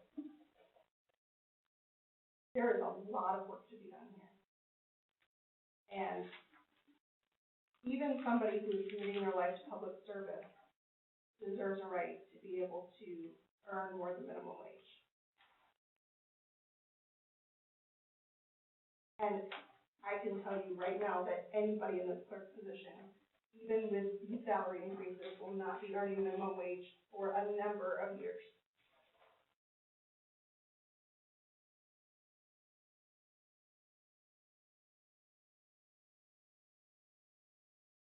Well, my comment is when Dean got sick, it all went sideways. In other words, there were people making decisions on the board that had no business making decisions. He wasn't here. And the more that we can have as far as one following another like this, a deputy, a supervisor deputy, if she gets sick, something happens to her, somebody's gotta sit in that chair that knows exactly what we're doing. That didn't happen when Dean got sick. And I think $314 is a negligible amount to provide that service. I agree with that. Oh, you mean for a no. So, there is no statutory requirement for a supervisor deputy. That is And correct. if Linda is not here, he cannot vote or anything. Well, neither can So- our deputies. Our deputies. But cannot there vote is either. no reason to have a deputy supervisor. It's not going to be the end of the world as if the clerk's office has to function, the treasurer's office has to function as far as the public is I am concerned. in support of The the minimal amount Supervisor, because the supervisor has scheduled hours to spend with the public. And we all take vacation. And I prefer to keep the doors open to the public no matter what. I think that that's important, that our services to the public and the public needs to have access to us. So if the supervisor is sick or on vacation, I think that her hours should still be covered. they were covered until you guys changed the office hours of the secretary. Rhonda used to be here on Saturdays when Linda was here on But she Saturdays. is not, She was she's here on not- Wednesday nights when but Linda was she's here not on the Wednesday nights. representative of the supervisor office. She's the representative of the township when she's sitting behind that desk That's not what for I'm plenty of saying. years. I'm saying that each one of us has hours that we are saying we are available to the public. And if we're not available to the public, we should have somebody representing our office that is available to the public during those times, if we are ill or on vacation or whatever. And my deputies did come in and sit in my office and represent my position when I was out, more than once. Wanda was not here every time by herself, when I was not here. It's not a required position. She did it. There's a lot of things that are required. But they said it here. Every time. I don't think $314 is, It's not the amount of the money, it's the principle. Because we knew. The position is covered if the person that's not there has someone that's sitting, I know you can't vote and all that stuff, but if the office hours are such and such and the supervisor will be here and the supervisor can't be here, somebody needs to be there to get the messages from the supervisor. And it's not a clerk, and it's not a treasurer, and it's not a trustee. So, you know what, it's not the $300, the thing is, what does someone need from the supervisor on a Saturday morning or Wednesday evening that they could not get from the secretary or from making a phone call the following day or something? complaints of regarding employees is a big one. And I would not want a secretary to have to take that. And that does happen frequently. Well, I go with job classification. You're a treasurer, this is your job, okay? You don't start going this way. If there's an issue that happens with the building, and the supervisor is ill, that's the supervisor's responsibility. Somebody has to take care of that. I would not want a secretary to take care of that. See, now, in my opinion, that would be where another board member gets called, Nope, such as the clerk, the one that's holding the keys. that's not what we're here for. So as I've sat in this chair for the last 3 years, every time something comes up that should be the supervisor's responsibility, certain board members have pushed to get it taken away from me. we go again. It's not their job. If the supervisor would manage their responsibilities, it would help. But as far as the budget goes, my questions are answered. I don't know if anyone else has any. Is it public questions now or no? Anybody else have any questions on the budget? Ron? What? One last question on the budget. Okay, so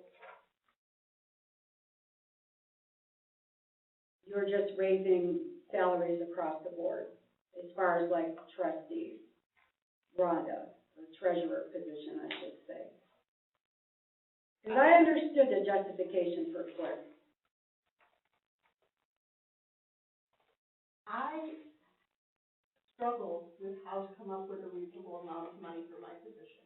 Mm-hmm. Because in this township, It's not gonna be a reasonable there amount isn't for your reasonable for this position. position. I understand So I that. took the averages, and I figured if I was applying the average to myself, I should apply it to everyone else.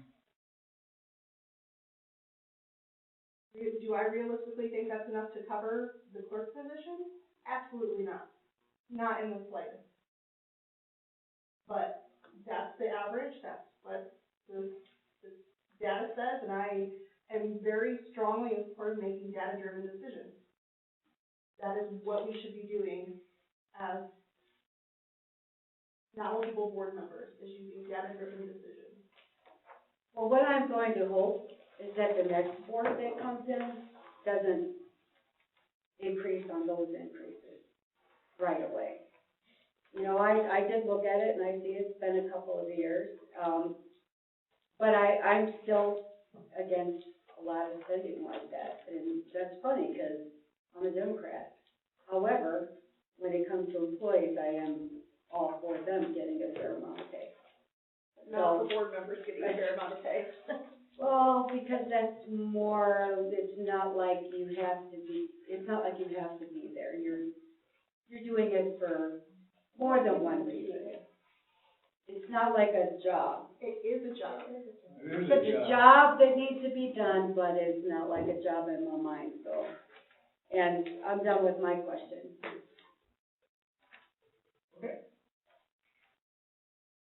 Any quick questions from the public on the general account? I have a couple, and you see, I've been here before, so just looking over, I'm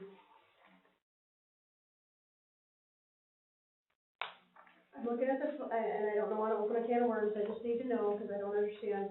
I think part of the thing is, I don't know what the job descriptions are for these.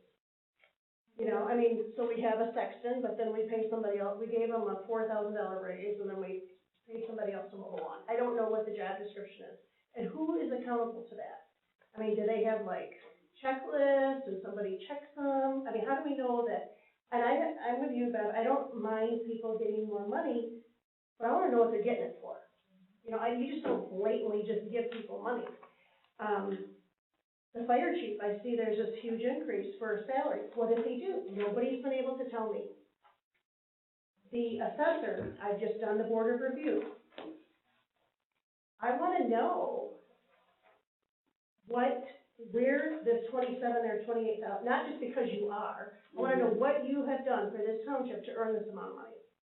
Well, the fire chief sits here when we have our meetings, and he goes through what his men do, and he's responsible for all of that, and he does tell us what's occurring and how it's occurring, and if they're buying something, he's telling us what he's buying and all that type of thing.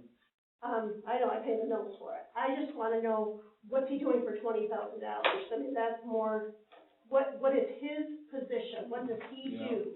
What is he gonna show me that he does for that money? Absolutely, he should be here.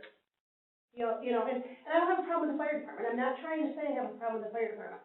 My problem is, I don't see anybody's accountability for anything. You know, it was like, the last clerk wasn't here. Okay, what is she doing or not doing? Who's responsible for calling that in? And then everybody's a voted person, so who calls these people to task and finds out, you know, is the accounting done correctly? Good question. Who does these things? You know, I ran Judge Race, as you guys know, and, I mean, I ran that tight, it was a tight ship. We had checklists, I knew what my employees did, and I was a good employer. I was fair to them, but I also expect people to work for their money. I don't like these blatant raises, you know, I don't have a problem with people getting raised, I just wanna know what's gonna happen. And how they're gonna be accountable for that in the future. You know, so you gave the fire chief a $8,000 raise at one point, you know, I saw it go from 11 to 20. What did he do to, and I'm not picking on him, that's just the one that comes to my mind. What more is he doing for $8,000? What is the $8,000 for? And I agree, but this is our money. This is our money. Not just, people shouldn't just get raised. What are you doing? And that's my issue. You know, the sex thing just got a $4,000 raise. Oh, do we have that many more people dying? How many more graves has he taken care of? Is it just, do we have more than one cemetery, or is this the only cemetery? Yeah, of course. We have, how many? We have 4 cemeteries. 4 cemeteries. So who, checks his work? I'm not saying check your work like a. He's contracted. Okay, I don't care if they are contracted, they still have to be accountable. That's one of I'm a subcontractor. That's one of the quarter of my job I have not gotten to yet. I'm in charge of cemeteries. Okay. Well, So, there's just like because somebody's cemetery. subcontracted doesn't mean they're not responsible for what they're supposed to do. Right. They're still, I mean, I subcontract, I do people's bookkeeping, but I better have it done, and I better get it to the CPA, and I better have all the bills paid. You know, I don't know. And the assessor, Linda, I'm sorry, you know, I know you were here too, and you saw it, it's embarrassing. It is. It is a complete embarrassment. I know he knows a lot, but the perception that the public has for this township, because of the way they're treated, when they walk in that door, is disgusting. You know, and as a professional in this community, when I have people say, I don't want to live in Columbia Township. And when you talk down to people that pay your wages, and I'm not talking to you guys, I'm talking the contractors, or the employers, or whatever, I have a problem with that. And I'm just speaking up, I'm new to the game, but the more I saw, I enjoy doing the board of review. It's a service, but I don't appreciate the job that's not being done. And I know you guys are each only one person, and on a personal level, there's one thing, we've got to take the personality out of it. You know, who's doing the job? What is the job? Well, I know in cemeteries, because I'm on that committee, I can call Keith, and he can just zip it down as to, if I ask him, okay, what did you do this week, he'll just give it right to me. Right, so who does he answer to? Huh? Who does he answer to? Who pays this check? We do. That'd be you. So, do you, before you write his check, do you know what he's done? You know that his job's been taken care of. So technically, he is under contract right now. Yeah. He doesn't itemize, but if you ask him, and I got a list I can give you of what he did. Because being under contract doesn't mean I can do whatever I want, whenever I want, and maybe answer to the board once in a while. He's got his duties and responsibilities that he has to do. Being under contract means you provide your own tools, and you work your own hours, but you still have to do the work that's expected. Absolutely. And I would also, and maybe it's different in government, and I don't know this, but I could not have people under contract and employees at the same time. I went up to Barnum and Barnum, and I sat for hours with a very expensive attorney. You cannot do it. And I don't know if it's different, and so that's what we need to know. You can't do it in private sector. Do they do it here? If you do, you're opening yourself up to a lawsuit for that too. I mean, you just can't do it. I intend to talk to the attorney about that. Again, I do know that, I was told that an opinion was obtained from a prior attorney. But I will be asking our current attorney to provide an opinion on that, to be sure. Because I am under the same understanding you are. That's how it is. I mean, like I said, I've been sued, I've been to court, I know how it goes. And you're not the first one to complain. about our assessor. It's not just the assessor, it's the accountability for everyone that's taking Sure. my taxpayers' money. We are one of the highest taxed townships around. Do we have a lot of lake cottages that provide a lot of money? Yeah, but we have a lot of people that don't have the money. that don't have the money, and it's gonna get worse. Yeah. So we do need to be accountable for everything. I don't have a problem with raises, I really don't. What I have a problem with is no accountability. So every time I would come in, I'd say, who's doing this? Well, this person's supposed to, and that person's supposed to. I want like job descriptions, and I wanna know who's responsible. So if I come in and say, why isn't the board changed? Then I wanna know who that is. And I'm not doing it to be a brat, I'm doing it because this is our money, you know? You guys say that the public pays your salaries, the public's your boss. Well, you know, it should be more than just 4 people here. And when the public has to hold somebody accountable, they're not even here half the time, you know? And I don't know Stacy, and I don't wanna get into all that, whatever, but I couldn't find a person here in the office. Rhonda used to get stuff for me. Professionals should be able to call the township and talk to somebody at the rate we're paying people. When you say you wanna call the township and talk to somebody, is it on a specific thing? For me, being a realtor, it is, I need cards, I need stuff from the surveyor, or the assessor. I should be able to call the assessor, but he doesn't answer his phone. And I don't get stuff back, and I'm on the board of review. So if he isn't gonna answer my calls, he's not gonna answer another realtor or a title person that the county has a problem too, they can't get through. You know, I just, not gonna get on the bandwagon. His other number, the other number that he lists, that you, not this number here. That, The other one's his home office. yeah, his home office number, is that the one he's not answering? Well, I haven't gotten things, and I've had other people say, don't even, you know, trying to get a hold of Columbia Township Assessor is, because usually you can call, like I can call Bloomingdale, for example, or go over there and I'll just get something right away. I can go do my listing and everything's fine. Here it's like a major thing, and Rhonda used to get stuff for me that I needed, but I'm just saying for the amount of money we're paying, I just expect a little bit more. I expect a lot more.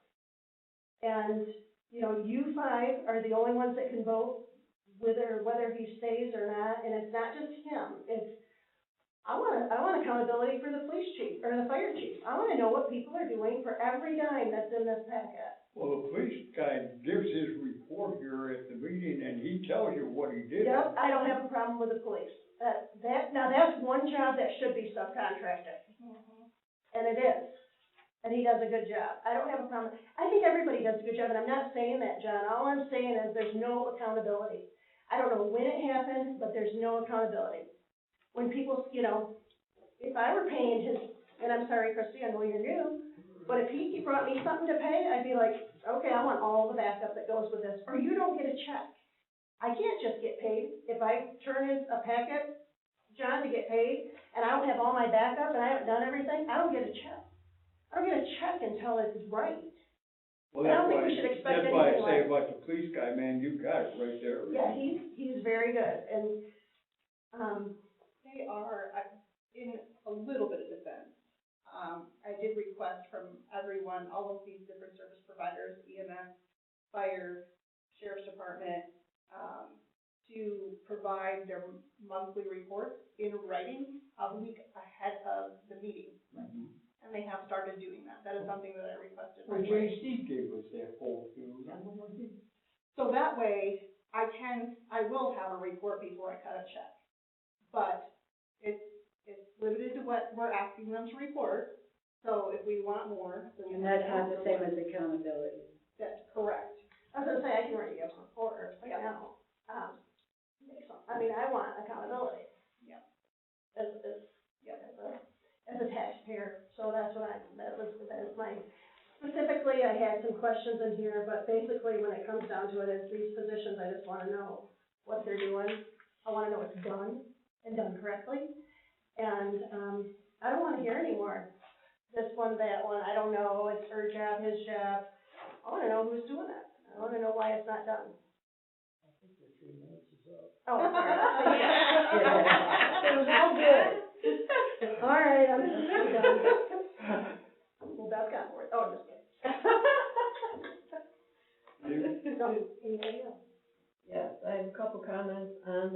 general budget, I did not go through every single line, but I started comparing the column for budget 19 through 20 from our last budget, and it did not match. There were a lot of things that did not, including the total. So I'm just commenting if somebody wants to change, check into those. Just to clarify, did you compare the amended one? Because there was an amended one. I don't know if I had that, but there were Okay. so many line items that were different that I doubt it. Okay. I mean, I just wanted to throw that out, because we did amend it last month. I did use the final one from when we did it in the first place. So a couple, that would explain a couple lines, but it shouldn't be this many that were off. The planning commission salary line, I thought it looked low. Let me flip back to that. Because I don't think it takes into account all 5 members. We have 3 planning commission members, plus a chair, plus a secretary, and maybe my math is wrong, but I came up with 5580. Remind me what each position, there were 35 for the 3 non-special pay ones, right, 35? Well, we had 56, 56? and then 120 for the chair and 65, For the secretary? yeah. So it could be my math is wrong, but that's what I came up with, so just to check on that. In general, I did hear, when I was treasurer, there were people that really were having a lot of trouble paying their tax bills. So I'm very sensitive to that anytime dollar amounts go up. It doesn't have to be personal, it has to be people that are having to make payments or afraid of losing their house. Those things grabbed at my heart, and so when we talk about things going up, they really should think about if the taxpayers were in the room, would they agree? It isn't just what the board wants, they're the only ones with a vote, but it really should be what the taxpayers would support, if you can imagine what they would support. And it is, you can't get feedback from everybody. A couple of things to speak to what you say as far as knowing what job descriptions were and things like that. There are statutory duties, but then there's a whole bunch of duties that are not really allocated to any one person, period. They're up for grabs. And that's part of the problem that we had, is people not just grabbing but clawing. And so we had disagreement of whose job was whose, and in some cases, nobody did them. So you're right if you saw some gaps. And to go back to one example, though, that was made, Beverly brought up that the packets were late time after time. And I know Linda's comment was that she didn't used to have a clerk helping her. But I know specifically you took that away from the clerk. The clerk, Stacy, used to do the packet, and you took it away from her. That's a fact. Anyway, as far as reviews, they have been done little if ever. Jerry was reviewed, first he was given a raise a couple years ago with no review at all. And then we did have a review with him, and he made some promises, but it was really almost more of a fluff review than really anything that constructive. And I think his attitude has actually gotten better than it used to, frankly. But there's still problems, and they do have to be recognized. And the other thing back to salaries, and again, not to pick on anybody, is the fact that at least as far as the board goes, if they have a 4-year term, and we have somebody that doesn't perform, you cannot take their salary down no matter how bad they are. And we had that issue, did we not? So, if there's a way to kind of keep the a cap on a basic salary and give some kind of incentives for extra work, acknowledging. There's nobody who has eyes that can't see that Christie's been up to her elbow in alligators with trying to clean things up. So when Beverly makes comments about the salaries, I know it's not because she doesn't know you're working extremely hard, I'm sure. That's not it, and I could see the heat kind of rising there a little bit, and I think, I can't speak for you, you spoke for yourself, but you're, in general, just trying to keep it as if you're truly here for community service. And, you know, so that shows where your heart is. So that's great. You have a comment? You done? No, that's good enough. Christie, I know how many hours you put in here. You're crazy. I'm sorry. But I do know for a fact that since Christie has taken over the clerk's position, she's trying to take this to the future. Linda has been up here numerous, and I mean numerous nights throughout the week times. I don't even see her 90% of the time now. Because her and Chrissy are always up here, going through stuff, cleaning stuff up, trying to get stuff straightened around. I've come up here and helped these guys move stuff around, take things down for them, straighten it up a little bit, without asking for nothing extra, because I'm here for the people, I'm not here for myself. You guys gotta look at taking it to the future. And if you want residents that want to come to the meetings to see what's next, you guys got to start thinking for the future. Because that bickering about each other's salaries and stuff like that is not going to take it to the future. It's just going to key off other people. But you have to have an agenda. Yeah. But a lot of you guys, you know, I'm not a politician, I'll be honest with you guys. I'm a grunt worker. That's all I am ever gonna be. Just to let y'all know that. But, like what we're doing with the village, I'm gonna bring that up. Linda has stepped out from the village, 100%. I have someone that's gonna be replacing her within the next 2 months. And she was there only as, not as a payable person, she was there as a She was the clerk, Hey, but not and a voting she was position. at a hired-in position, yeah. and for what she had done for the village, she did not get paid for what she does.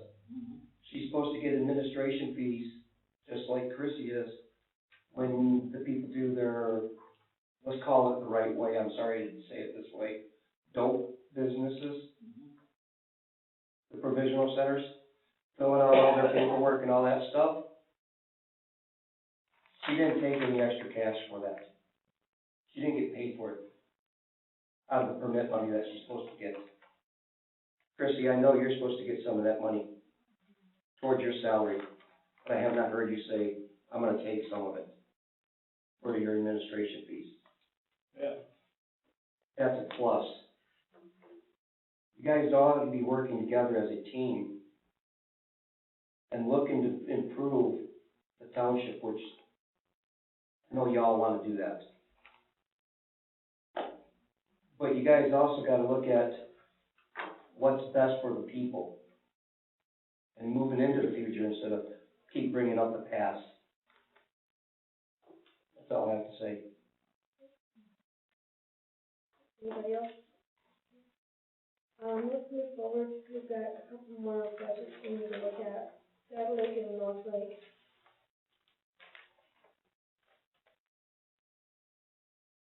You know, this shows they're both looking in the deficit.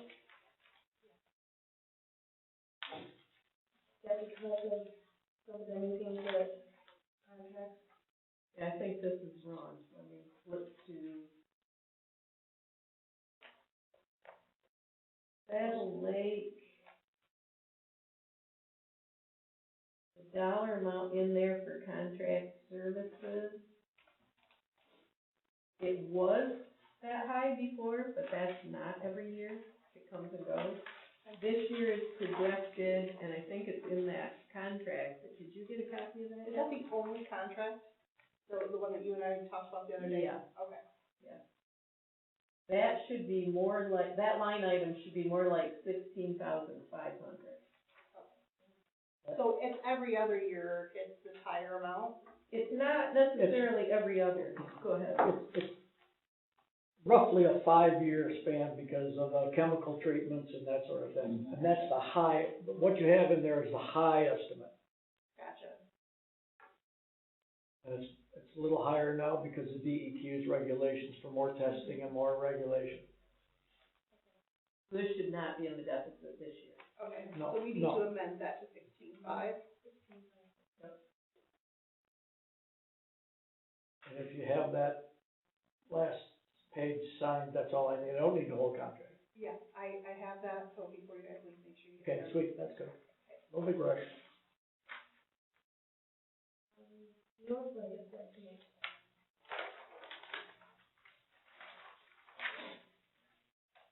I think last year we budgeted the contracted services at 30 million. That was a big to-do last, year about public access over there. Some person said that online and said they had a public access. There's never been a public access on that lake, has there? North Lake? Yeah. No.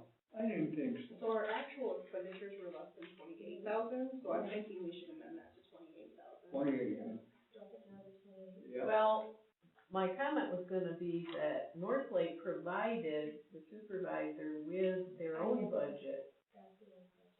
Pardon me? I never received it in an email from you.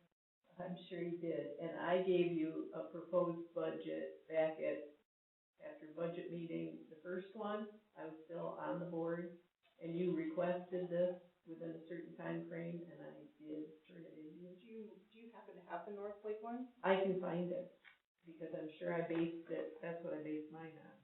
Who would the email have been from? Is that Gail or? I don't remember. So what is the number that you have on there? The number, this isn't far from it, you just Okay. talked about turning back the number, the 39.9, is that the one you wanted to turn back? Yeah. They had, that's actually a subtotal from several other things, so that is probably fine. Oh, okay. I came up with really close to this, but my question was, before you dial that one back, to refer to what they said, because this is their prediction. Okay. Would they still be in the deficit for that one then?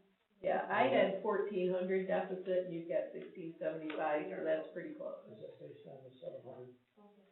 So, $700? Yes. what creates a deficit with these when we're waiting for the tax money to come in that? No, that means that we're not receiving enough, there's not enough tax money being collected to cover the expenses. But when it's a special assessment like that, don't they have to stay within the amount that we collect? They do. We do not have to make up the difference. Right. Although this is a much longer story than we want to have tonight, but in a nutshell, they were delayed on partly township fault for when they could get this renewed and up and running. So they were behind in their collection. And Catherine had said that there were avenues where we could more or less front them the money.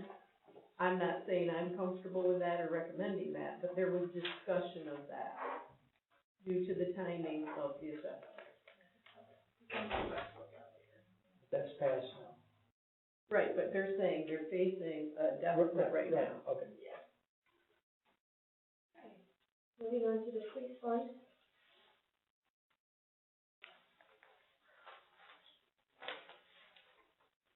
I did have a question on the police fund.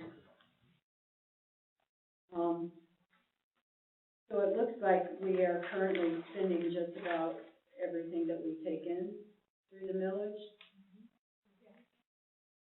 But we do have have a fund balance of $241,000. Which means at some point we were not. So I'm trying to understand what the options are with that amount of money. Because if we're taking in what covers what goes out, currently we're taking in enough to cover what goes out. So why are we amassing this much money? Because that's taxes that someone wouldn't necessarily have to pay. That's gotta be from previous tax years. So I don't have the answer to that. Well, I guess what I'm thinking is we need to be thinking about in the future, going forward, something. What are we gonna do? Just keep collecting? So currently we are not collecting more than we need? We're pretty close. So I wouldn't want to adjust it for a $6,000 difference. Oh, no. What I'm saying is, what are we gonna do with, why are we just having $241,000? What's the purpose of that money? Previous years, I don't know. So I'm thinking, So we could going forward, the board would need, it's reasonable that the board would think about that and typically you'd want to have it. what purpose it's gonna serve. We'd want to keep, because our budget is roughly $100,000. I would say you'd want to keep $100,000 in your fund budget to cover that in case something crazy happens. That gives us another $140,000 that we could do something with, lease-wise. Mm-hmm. Right, I understand that. But it's not money that's gonna continue, like, we're not gonna continue to build this by any drastic amount with our current tax collection. Okay. Ready for the next one? Any other questions? On the police, there was a suggestion by a taxpayer, why don't we lower the mill so that this starts creeping down just like it creeps up? Something to consider, again. The taxpayers, if they were sitting in the room, what would they say? Well, that's our taxes are so high, we approve every bill that comes through.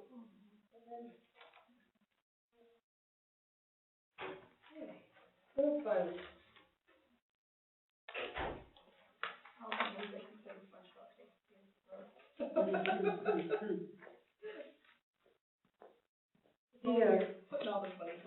The fund balance there on the road fund, is that after this new project that's gonna get done? After, It's before it. It's before 388? Yeah, but Just wondering, so. I think it would be, I mean, I know there was some sort of a road committee put together and some plans made. I would like to see some of these funds get spent on fixing our roads. Look, I think that's been said before at many of our meetings. think about it, for a half a mile road, Oh, I know. it's a lot. almost $400,000. Yeah. That's an ouch. I've always said it before. I did a 2-mile racetrack for $300,000 with 4 inches, so I don't know. I know it's kidding. gotta But be see, done think by about the it, you gotta go by state. government guidelines. Yeah, you have to use that whole government. Yeah. I understand that, but I'm just saying, I think that. So with our roads, it is managed by the road department. You guys' County roads. Road Commission. You know, and So they are Sorry. responsible for our roads. It's up to us to tell them, we want this road, and this road, make sure you get it in your budget. That's why we have 388 on their budget this year. I fought with them to get it on their budget. In order to do that, we had to put some of our money in on a major road. Which is what we need to keep doing. That's all I'm That saying. is how Geneva Right. Township got all theirs done, is they allocated at least 50% of the cost to get it done, every one of their roads. And that's what we need to keep doing. There was a thing they had in the paper after the millage passed about the fact that they're gonna do I think it was 380, to the Bloomingdale line or something. 388. Yes, 3, I'd rather see them come by my house, come over here. 215 was enough. And that's a major road. that would be nice. wait until 2022 to do 215, because you might be able to get the road commission to go in with 215 from the village limits to the north, Yeah, because in 2022, that's when we're doing Pine Street, all of Pine Street. And you might be able to get them to, Is Pine Street 215? yes, So. you might be able to get them to go at a good deal with that. A truck route from Stokes to MVG. It's gonna go from I think it's 1043. good, all straight. oh, it's all come by my three house. roads, so that it gets state allocation funding, and funding that. Oh, a road that would take more weight? Yes, and they get a class A. for those. You're averaging during the winter months probably between 5 to 10 semis, through there a day, based on how much MVG is kicking out. During the summer months, it's over 10. I have one question I can ask, if it's not about the road. The medical marijuana application fee, what is the, and I don't know, because I haven't been here, what has the board decided that money goes to? Does it just go in the pool, does it go for something for the community, where does that money go? I wanted it to go for life.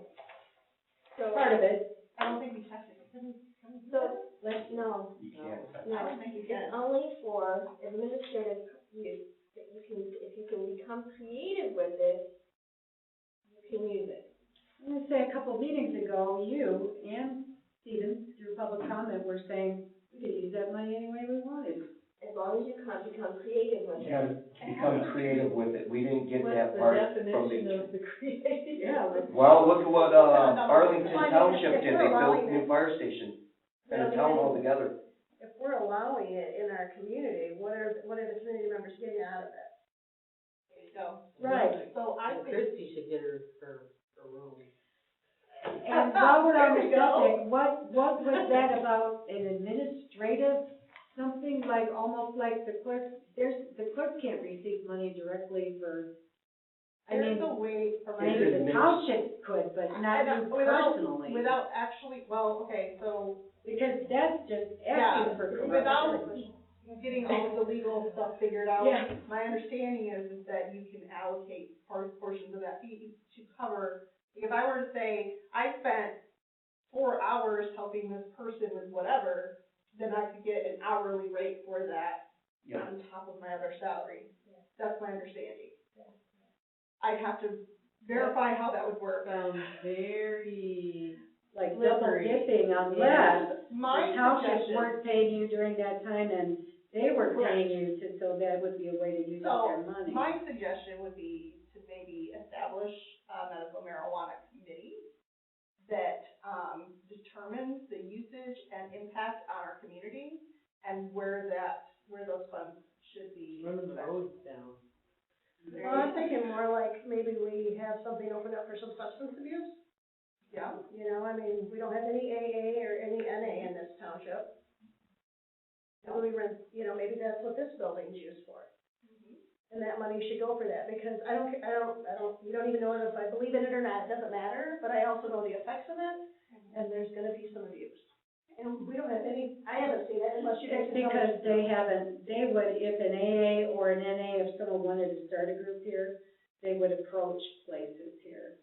They do have one in Breedsville, but it's been there long before marijuana. I feel like we could allocate, certain percentages of those fees could go towards paying our salaries. Not necessarily as a separate amount, but that is feeding that same pool because you have administrative costs. Right? So I feel like some of it should go towards the actual administrative Portion, costs involved. But I like the idea of finding ways to use those funds to balance out the impact on the community. Well, and I think even donating some to the neighborhood watch, because this is not a crimeless choice. I mean, this is going to We bring can't. something. Yeah. We cannot use it as donation. But you could get creative in using some of the money for a building improvement because you need the building to administer their, right? Something like Yeah, that. that would help take away the expense on the other end. That would help in the, absolutely like that. And then how many hours are the police, like for 95, how many hours is he here, 40 hours a week? Yes.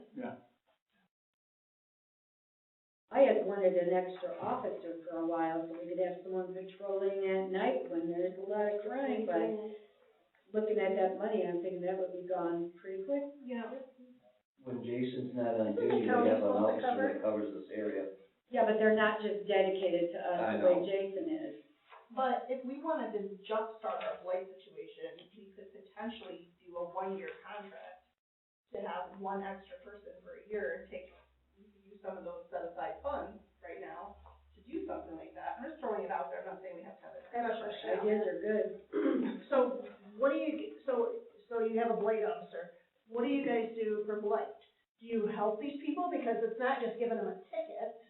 I mean, can you have the jail crew come and help them clean out their stuff? This is more of a mental health thing. No, they can't do that.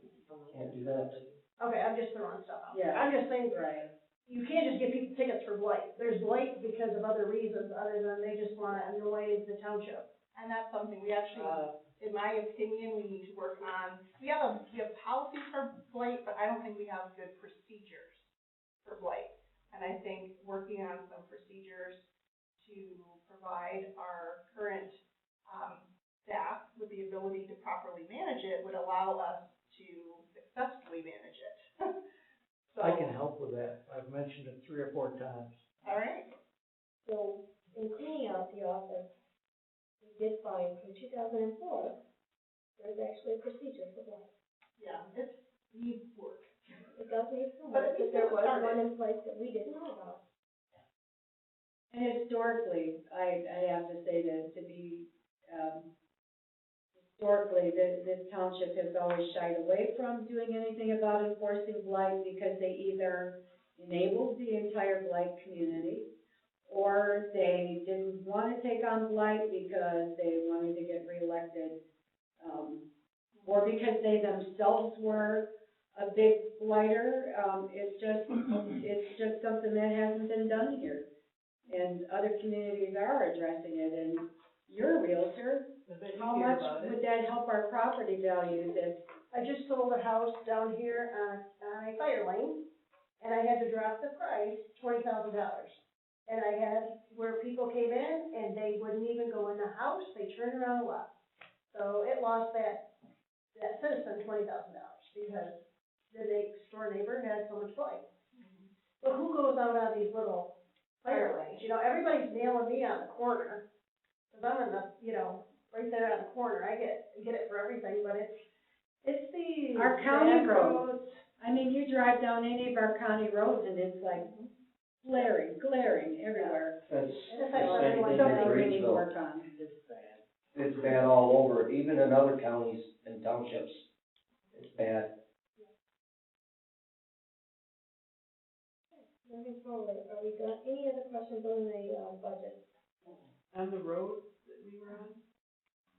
When we met before, I had made a note on the highway, streets and bridges for 300,000, and now the budget says 200,000.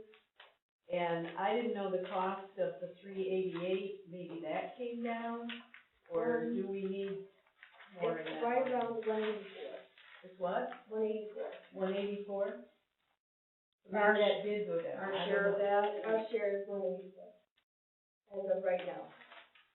I think that this is a good starting point, but I would like to strongly encourage us to try to find ways to spend some more of these funds and to come back and amend this later. we got plenty of roads that. Yeah, we need help. And I had a question somewhere, and I cannot find it now, I've got this all stirred up, but I saw something on, a drain project, and it looked low to me. Yeah, the drain The train doesn't tubes get done are every going year. directly, oh, That's that's the one. general fund. Yeah. Yeah, and I didn't know what that was, what it was, so I just was wondering if that was something that I just wasn't understanding what that money was put there for. Because I know, I'm assuming it wasn't culverts, because that would be under the No, road work. that's part of the, That was the one that we budgeted, last year we budgeted at 8,000, but we spent 2,600. what's the county doing lately? I was just wondering what that was, because it wasn't under road. No, it's under, it's in capital stream. And again, because this is under the capital section, my feeling on things that are capital is that you should set an amount that you're setting aside every year. Saving up. Yeah. So when BSNA gets started, is it going to change the numbers and categories and? No, No. that's why I Do had that. you set those up? Do you tell them what categories we want? Is that how that works, or are there general categories out there already that everyone's using? Yeah, there's That's how a, we do it. there's a required state issued. Okay.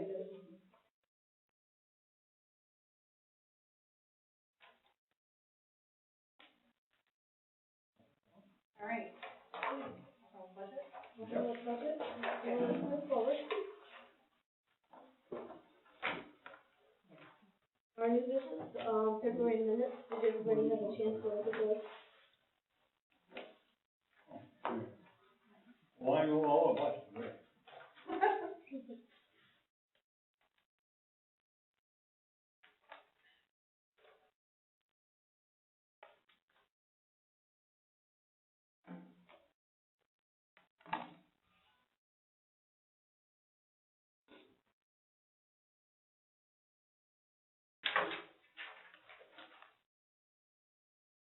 We had to approve it, we did that. Well, we need to. You waiting for a motion to approve the minutes? Yes. I'll second it. I'll make that motion. All in favor? Aye. Yeah.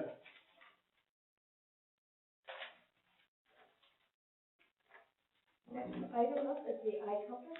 Trustee, would you like to Yep. fill everybody in, please? So I gave you guys the whole packet, which might be a little confusing, but if you get to page, I'll get there eventually, Yeah. 13. The last phrase, okay. Page 13 is where we start with our fees. So and it does list off kind of a bulleted list of things that iCompass will do for us. iCompass, in my opinion, is going to save us a lot in FOIA requests and legal fees. So while providing excellent transparency, this will allow us to compile agenda items, document anything related to our meetings. We will be able to document all sorts of records, ordinances if we want to, pretty much anything that we need. We can document here. It is primarily designed for managing meetings.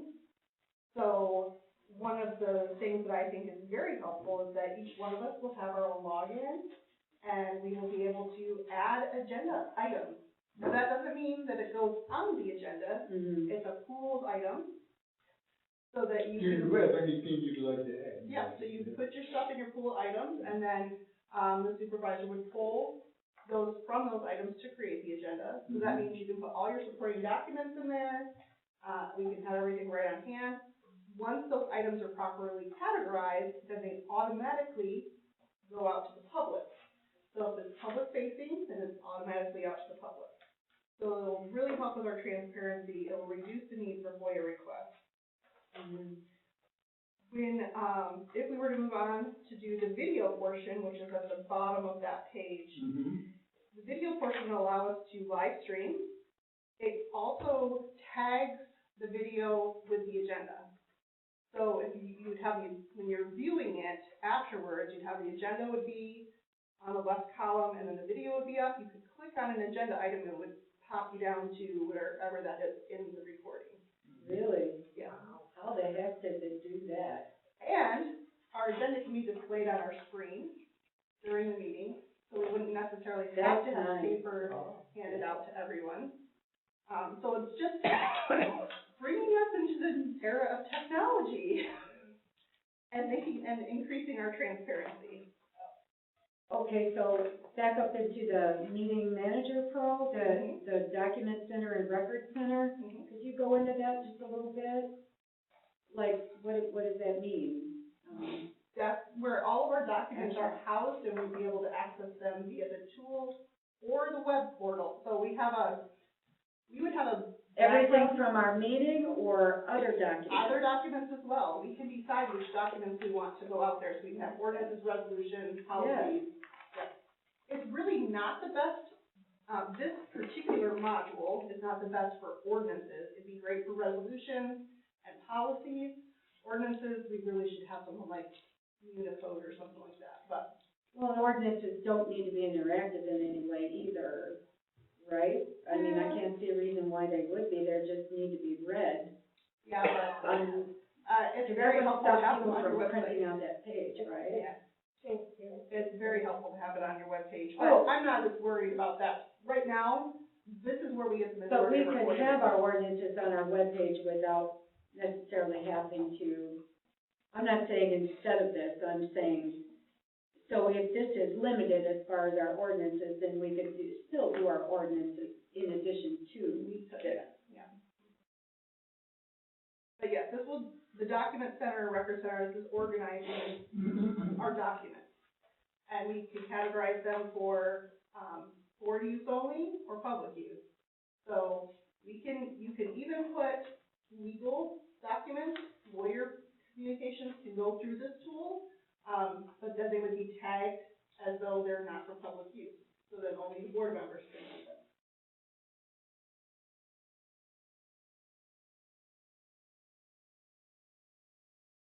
So you can also, sign up the community for email updates here. So anyone in the community that wanted to be updated on what's happening with our meetings, or the agenda's changed, or meeting schedules changed, or. So people that we have to notify of every meeting, they would get these. Or people that just want to, because there have been a few people asking, don't you have something to email us all at once or something? And this would be a good way that people could sign up for something like that.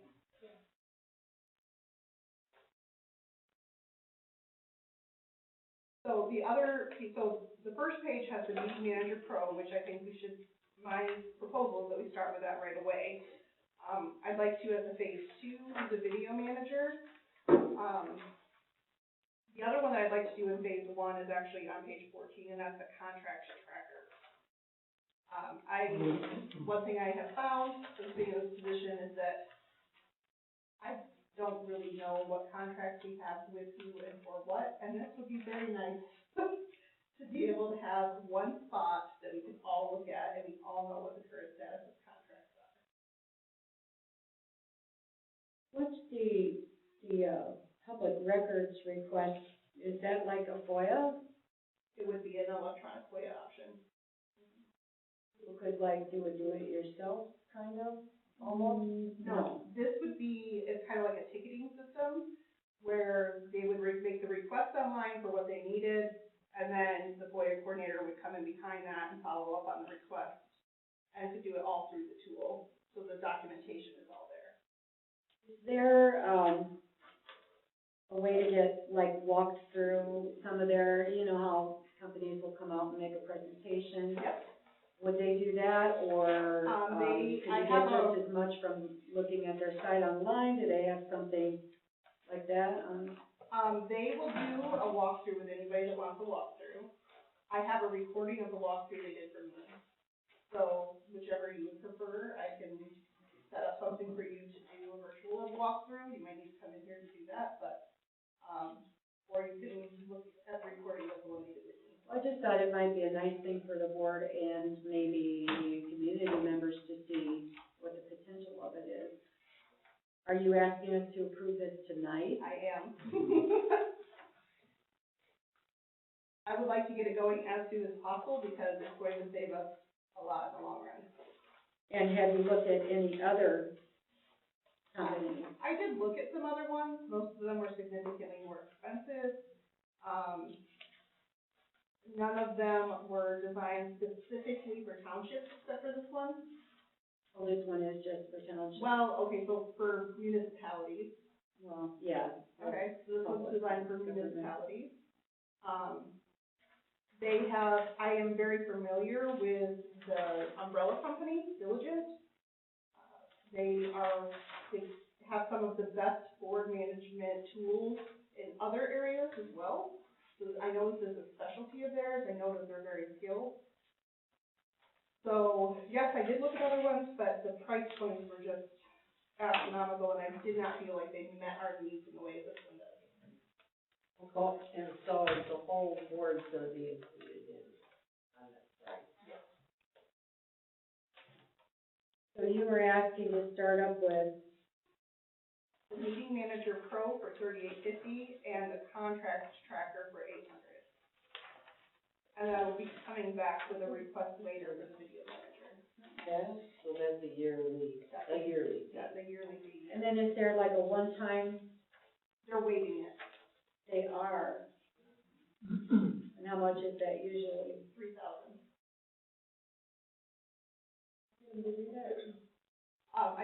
When they gave me the first price, I said, ooh, I don't think that's gonna fly. Good.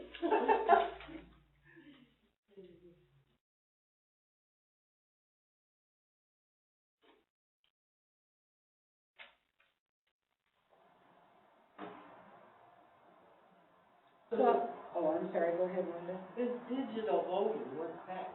It says it's included. Yes, it is included, we don't have to use it. One of the things that we could do is each one of us could, use an iPad to manage this up here. And then we could actually put in our own votes. We would still have to verbally say them because the public is required to see them, or they may display on the screen for the public to see them. But this would allow for that digital recording instead of doing something manually. They have unlimited storage space. So,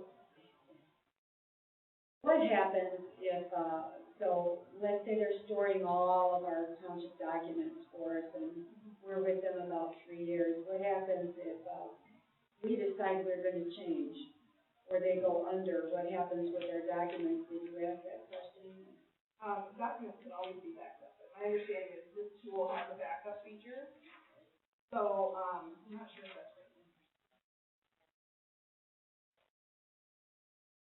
But whether they want us to or not, we need to have some sort of a local backup of every document that's on there. And we would still be doing that on paper, I'm assuming, right? Would we still be filing, There are some like things- tax packets or something? You mentioned you needed packets. Yeah, Is that- well, a lot of that's because I want to put them all online. Oh, So, there are some things that we have to keep in physical copies. Don't ask me to tell you what those are right now off the top of my head. So would this help managing that? This will help with managing everything. Is that a lot of money?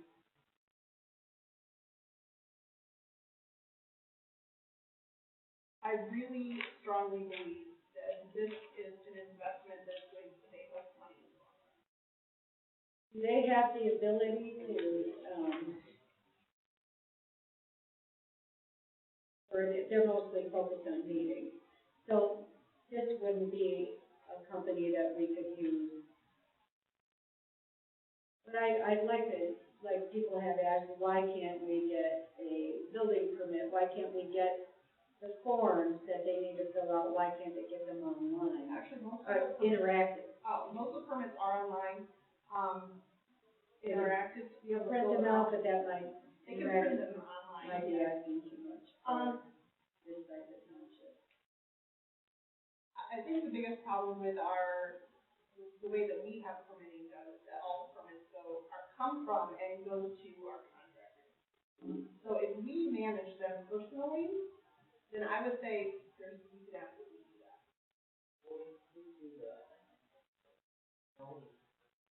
Right.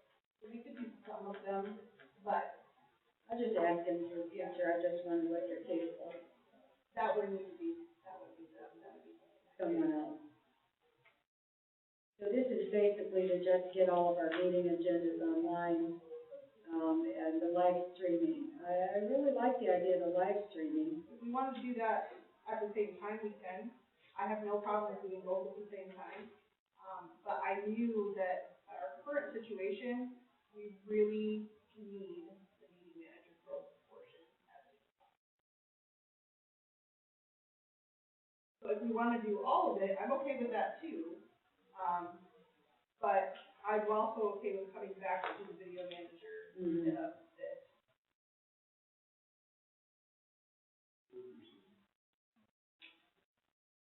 So you're recommending right now just the meeting manager pro and Contract record. and the contract record. Okay, so if we wanted to live streaming, that would be another $3,400. We're looking at, Maybe we could wait. all three of those. And I am working to come up with a temporary solution for live streaming, that hopefully we will have it available for the next meeting because of the current situation. But it is not going to be a great solution for us here. I have a feeling we're gonna have latency issues with the temporary solution. And it's not, tied into the system we're gonna engage with this. You're using Facebook for that? YouTube streaming. It'll stream straight from our, So I think we're gonna have latency issues, but it'll be worth trying given the current situation we're in.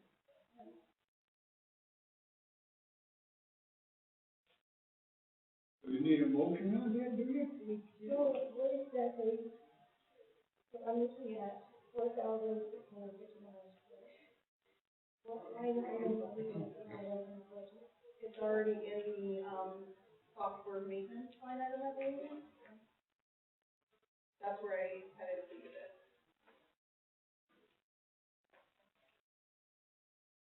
The software and maintenance or software maintenance? Maintaining our software. 101, Yeah, software maintenance services, 101.815. What page is that, lady? 3.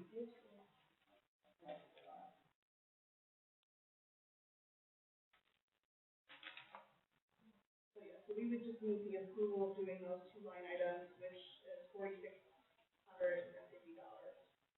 So that, on that line item, that is, that's got the other one, the SNA and the The annual fee for it. And it does actually include the video manager as well. Oh. So it's all there, it's just a matter of when we want to do it.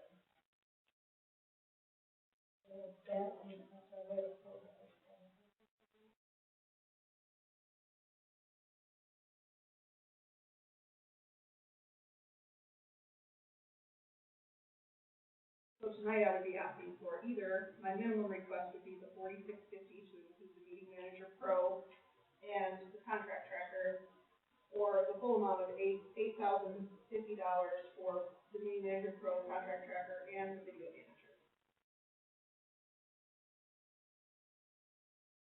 we've already got it It's allocated in our proposed budget.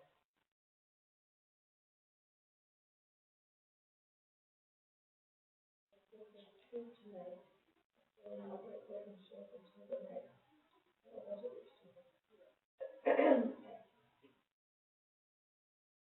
So I wonder what the pros and cons are of using a service like this and paying that money for the video part, or using a free service like YouTube.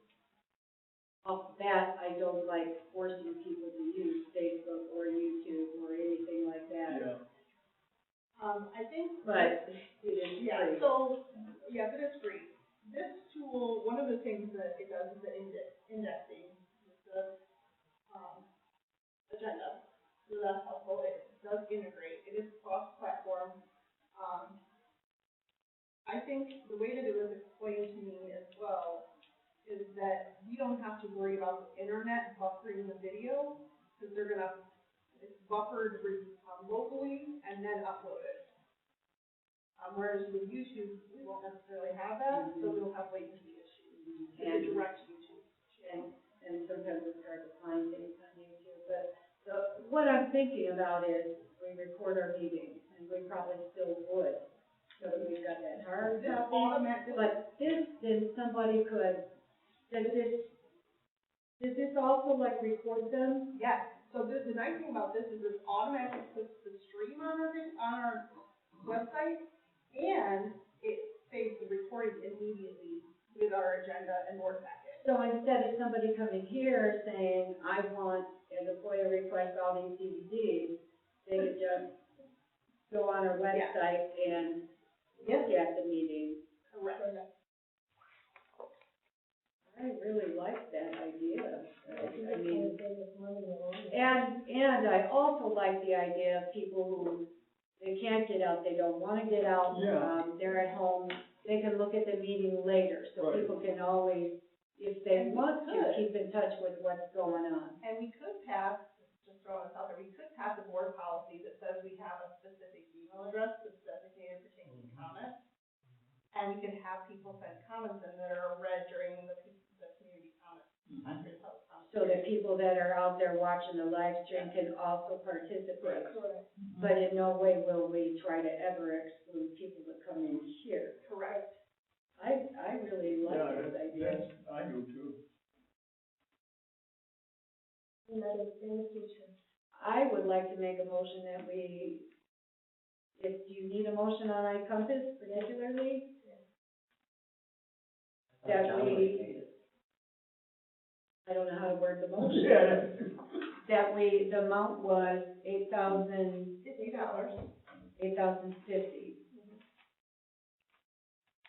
I make a motion that we spend $8,050 to get the full features of the iCompass that includes the video manager, the meeting manager, and the contract tracker.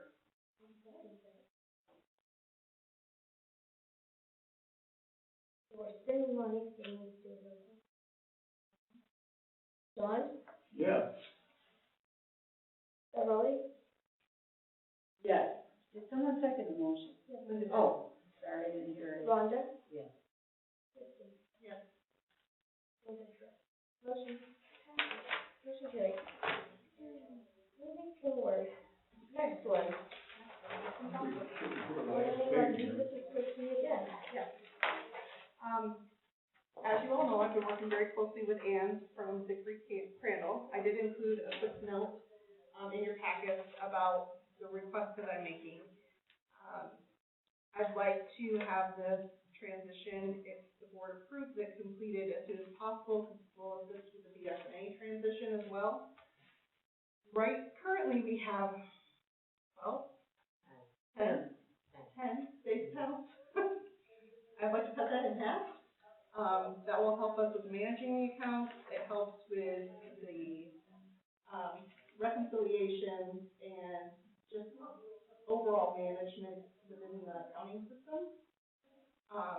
It is not necessary to have separate accounts for every fund. We are a fund balanced accounting system so that we don't have to do that. The point is that all of these lovely little line numbered items that we are talking about in our budget, they're always there. They're not gonna go away just because we narrow down the number of accounts. I see. We have to have a separate one for trust and agency and tax fund. What is trust and agency? That I don't know, is when monies are, correct me if I'm wrong, donated to the township to spend in a particular way. Is that correct? I don't know that we've had one transaction on that. Yeah. The whole Oh, time. okay, like a trust. Yes. Like, okay, like if they would have given us the money for the gazebo instead of building it. Yes. Okay, all right. And then we, kept the lake fund separate because they're special, it That makes sense. wasn't necessary, but we felt like. I think that's a good idea. And then what is the tax fund? That's where the tax money would come in and out of. Yeah, that one's In and out of. pure. So that's different than our general fund. Correct. Because when they receive tax funds, they pay money out to the township, the county, the schools, and Right. Okay. Yeah. So, we get paid from the tax fund into our general fund, but only whatever portion is allotted to us. This will make things easier. That's what I'm hoping. So I'd like to make that motion to go ahead and combine the necessary bank accounts going forward with what we today. Second that.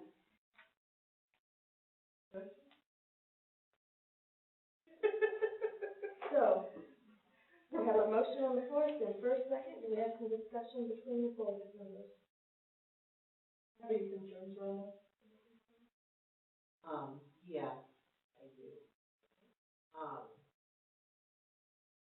That brought this up as far as going in my office to, I am responsible for township money, okay? I would hope that everybody else would give me that consideration.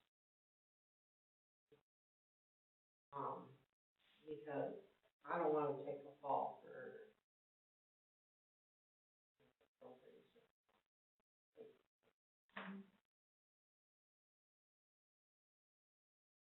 If I make a mistake,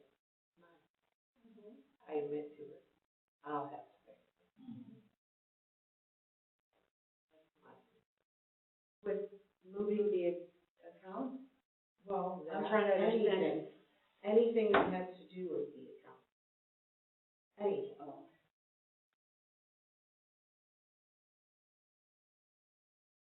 It's a worry, and it's a big worry for me.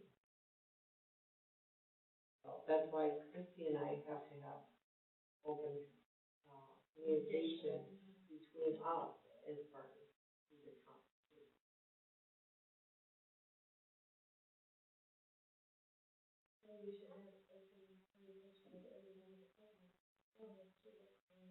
Well, yeah, but Not me and her have to verify and cross-check and. You guys have to do the dirty work. Right, you dirty guys work have to be here about it. in the trenches. Okay. Any other discussion? All in favor? Roll call. Oh, roll call. Roll call, John. Yes. Beverly. Yes. Linda. Yeah. Yes. Motion carries. I do think that the less amount of accounts that you have, the more clear your money is gonna be. I think with too many accounts, it would be easy for someone to, if they wanted to finagle money in a bad way with a bad intention, it would make it easier to hide that. Good idea.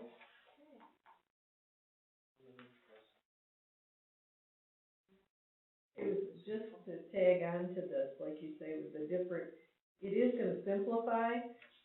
We've talked to Christy about, since she's starting to write checks and there isn't on the stub, there isn't the good information that there used to be, that's really the only way that the treasurer can do the verification of where the money is, because it used to be all the different bank accounts even had different colors besides where it said fire, tax, roads, whatever. So in simplifying, it's just still important, like Rhonda was saying, to still be able to verify. I'm really hoping that's gonna make it easier with the estimate. Yes, I haven't seen that yet. Right. Okay, moving on. Number 4. Pandemic that we have going on, it changes hourly. Every hour, there's a new update from the state.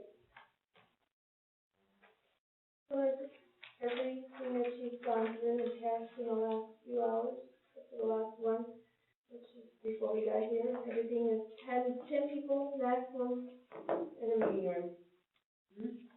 10 people maximum, according to the governor. She shut everything down, 10 people. Wow, what time did that happen, Just Ted? before the Take meeting. Just it down. before the meeting. Just Less before than me. 50, now it's down to 10, Now huh? it's down to 10. 1, 2, 3, 4, 5. Yeah, we got a 7, 8, quorum. 9. So once We're good. we're good. So, It'll be temporary, I'm sure, for a couple of weeks or something like that. Linda has prepared this letter that I think would be helpful. She brought to my attention that there may be some activities going on at the fire department that we don't necessarily want to open ourselves up for liability on, so if we could send this letter out to everybody and we say. Tell us what they are, and you can tell me quickly what they are, is it people coming in that don't belong there, or is that the idea? What letter is that? that one I think is Anything about the fire department? Oh, it does. It says, all training will be suspended until further notice. Only employees will be allowed in the fire department. They are the key. So right now, school's out. Yeah, school's out and some people are taking advantage of school being out, it sounds like. Okay, so what you're saying is somebody has their kids out of school, and they wanna bring them into so they can watch them at the fire station. Is that it? No, No. they're wanting to do training in high school. Oh, are they bringing their children? No, they're bringing high school students in for training. Oh, Instead of having it at the, instead of at the IC because it's closed. Yeah. That's not a very good idea. No, it's not. I think it's liability, isn't it? Yeah. stop in that?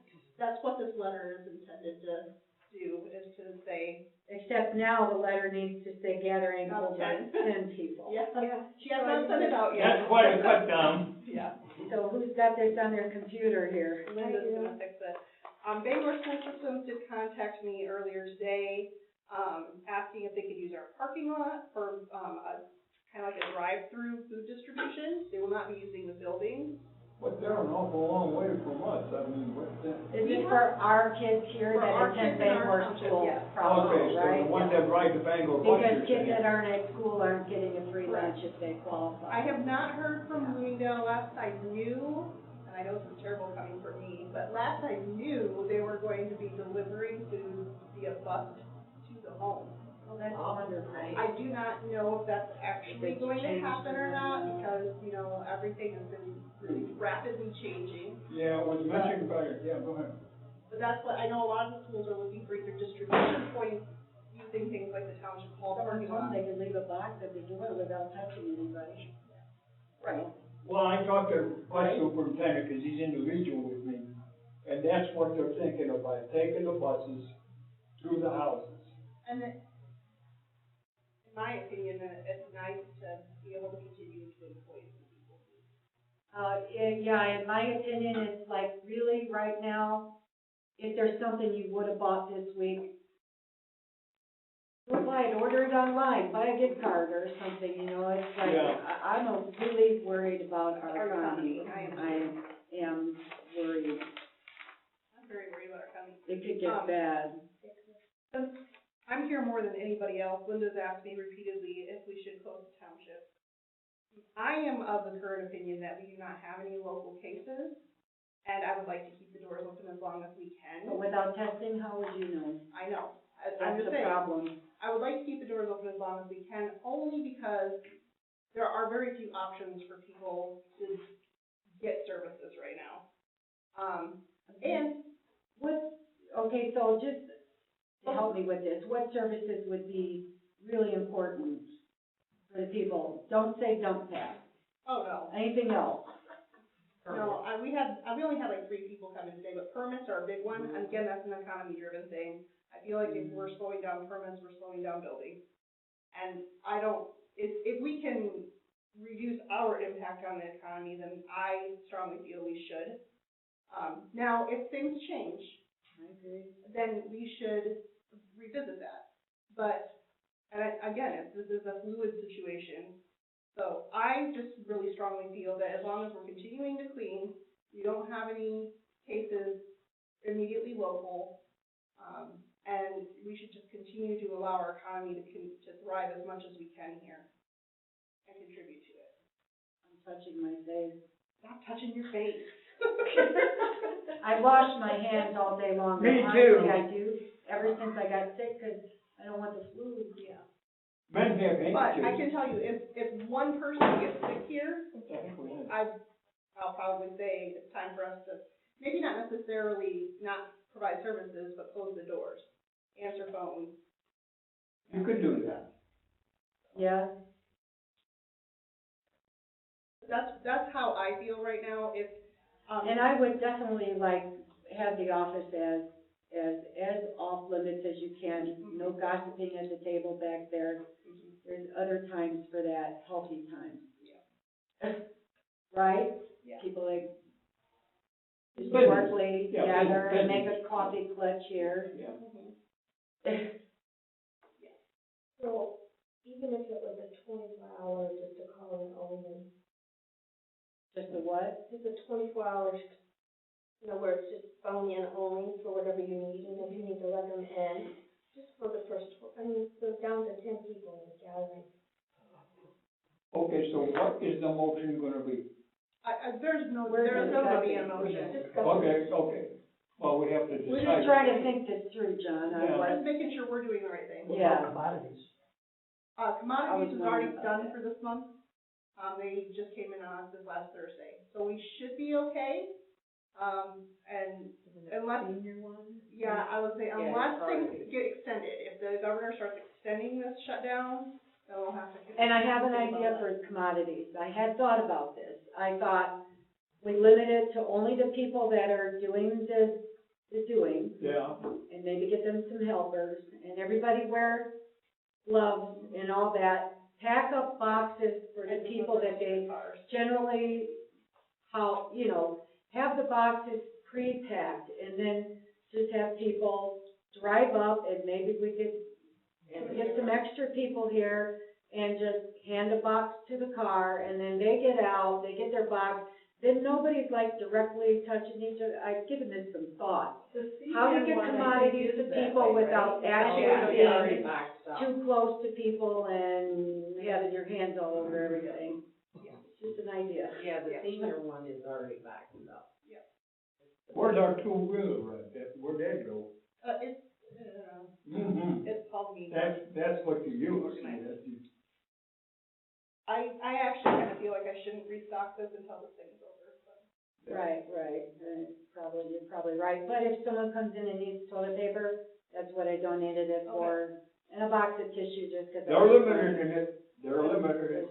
I know, and I thought somebody might be having a hard time getting to the store, and they might legitimately need a roll. Absolutely. That was wonderful. I really appreciate it. About that fire station situation or whatever it is, can't you suggest to have them come here? We don't want them to meet, period. No, they shouldn't be gathering. I'm just trying to help the kids, because schooling is what we always preach to do. Well, they'll get it when school's back in. If the buses go, that's the way to do it. Yeah, Those Boy Scouts probably done. they're done, yeah.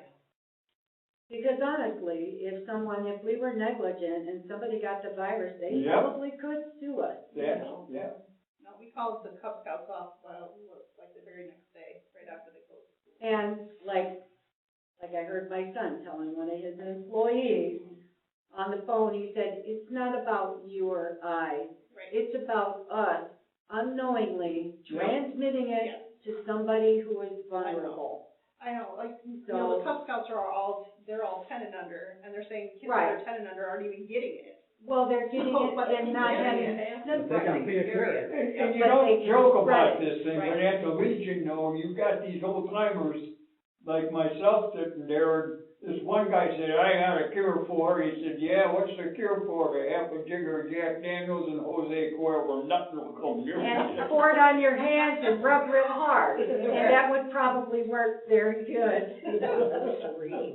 Well, look at how many people are crying because the bars were closed today. Yeah, they're all closing. Okay, so back to business.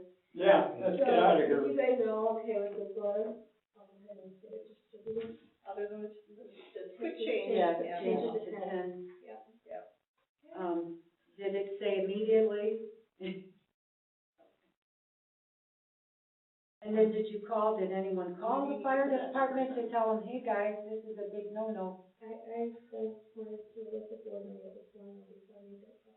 But yes, you should make that call. I was going to change it off. And maybe you should add the word immediately to that first sentence. Yeah, but how are you gonna know if they're still meeting or not? Oh, maybe not the first one also. We're gonna get paid, aren't we? Oh, I'm sure that somebody will be happy to drive over there and. That's on the 24th. Like our supervisor. Send an email. Yeah, I know it. You know the answer for me on that one, okay? Where's your set? I didn't even know it was happening. You didn't even spell your name right. Oh, my God. I'm trying to. That's because she's going incognito. Okay, moving on. Resolution for the road. Road commission sent this back over and again, not only to us, but to Bloomingdale as well. Are they trying to get us to like mess up on something? No, We got a new directing So- manager. the line that's marked out, that's what they said that needs to change. And is that, and what are they gonna do? That's my thing. So what they're doing is they're milling up the road and putting, the millings and everything, they're laying it back down with chip and seal. Right, so why do Well, they that's want that what's taken on off? here. That says 4 inches. So they're not gonna do 4 inches. They're not, there's no way they can do 4 inches because they'd make it wouldn't set up I see. with the. So we're gonna do 2 inches. So what did they So say to going back us to when what we we were were in last here in year. this room and approved all this? Has this changed then, what they're gonna do? Has it actually changed? No, it's the process that they're using to do it with. How long do they, I mean, realistically, how long is it supposed to last? Cause I'm thinking 2 years is what They're we're saying gonna get. 5. He told us 5 to 7 years right here in a public meeting, and he was over there in that part of the room. Chip and seal? What I they're know, gonna that's do is what I'm grind thinking. it up, and when That they're was done, Doug grind it. Burleson, right? Yeah, that was Yeah. good. Gravel in there, Well, it's not and that then they're they're gonna come over with a just roller laying or what to chip do seal it, down on and then top of it, they're gonna They're- mill it up, right. make it smooth, and then do the And I felt like it was better than the nothing that we already She's had. saying 5. And we can't, I mean, I think it was a good thing, yeah. but I don't understand why they keep changing. Oh, good. They're just changing part of the language? Part of the language is all they're changing. The price is the same. Everything's the same except for a little bit of the wording, it wasn't. So, I have a question. Is it too late? You could at least ask, right? To do the other side? Yes, Railroad track? yeah, the other side of the railroad tracks, little at bit of least to where it's really horrible there. At least all the way up Doesn't to hurt to the ask. township line. I mean, maybe it would only add a few thousand or something on our end. But boy, if you could get it all done while they're What do you going wanna do, to go to doing, 681? you know, where it's really bad there. So when this falls apart in a couple Like of a years, 57 are they or gonna do something like something that? a little bit better? You live by Murphy's Law. I'm sure they warranty it. Yeah. Yeah. Yeah, I wish they could be held accountable for their work. I feel it. I know this road desperately needs some work, and it'll be nice to be able to drive on a road that isn't breaking my vehicle. Yeah, Yeah, that'd be how terrible. about the railroad crossing, they just fixed it. But I am very disappointed that they're not taking it a little bit more seriously and doing some better long-term work. Band-Aid. Yeah. Their excuse is they don't have enough money. And especially when they're getting, over $10 million? So did we have to do anything on We need that, to or approve just? this resolution. And we need to approve the amended part. I will move to approve the amended resolution, 2019-22, for the requested improvements on primary road system, County Road 388, DBCRC policy 2011-01. Second that.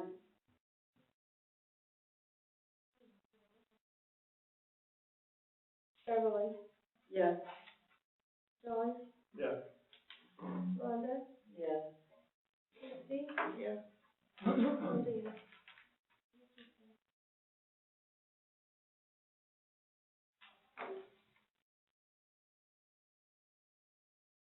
Okay, any final public comments? I got a few here, so buckle up, I'm gonna go too fast. Regarding the fire, budget, and the fire chief's salary, and I have nothing against Dave at all. However, he was given that raise because, a number of years ago, he lost his job, and the board that was in session at that time felt sorry for him and gave him a raise. About 3 years ago, maybe 2.5, I called several different fire, departments in the area, and if you cut his budget, his salary in half, he'd still be overpaid compared to the rest of them. There are 3 in the county that, are more, paid more than him, and they, constitute a fire board, because they're in the village or city limits. And they're full-time, yeah. As far as the auditors, they can, when they come in, they can tell you what accounts or what transfers should be made, but they're not a police agency, so they're not gonna tell you what to do. It's up to the treasurer or the clerk to do their suggestions on different, adjustments.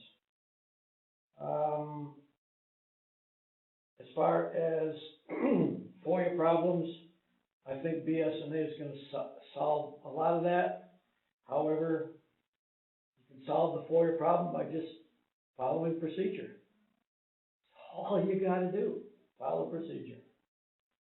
As far as the transfer station and the cost regarding that and what's on your budget, there was an electric motor problem for the compactor at that point. It was supposed to be maintained, it was not ever maintained, and that's why it broke down and it cost a lot of money to do that. So now in the contract, I believe, to have a scheduled maintenance for that. If you look at, you're talking salaries and what people have to do, statutory duties, by far, the clerk has many, many more and has more responsibility than anybody else. Secondly, is the treasurer, and the one with the least amount of statutory duties is the supervisor. I'm finished. Or the executive board. Yeah, the executive board. Correct. My comment is thank you for letting me make some comments during the budget because it made more sense. And we have hardly anyone here, and we were able to do it when it fit. So thank you.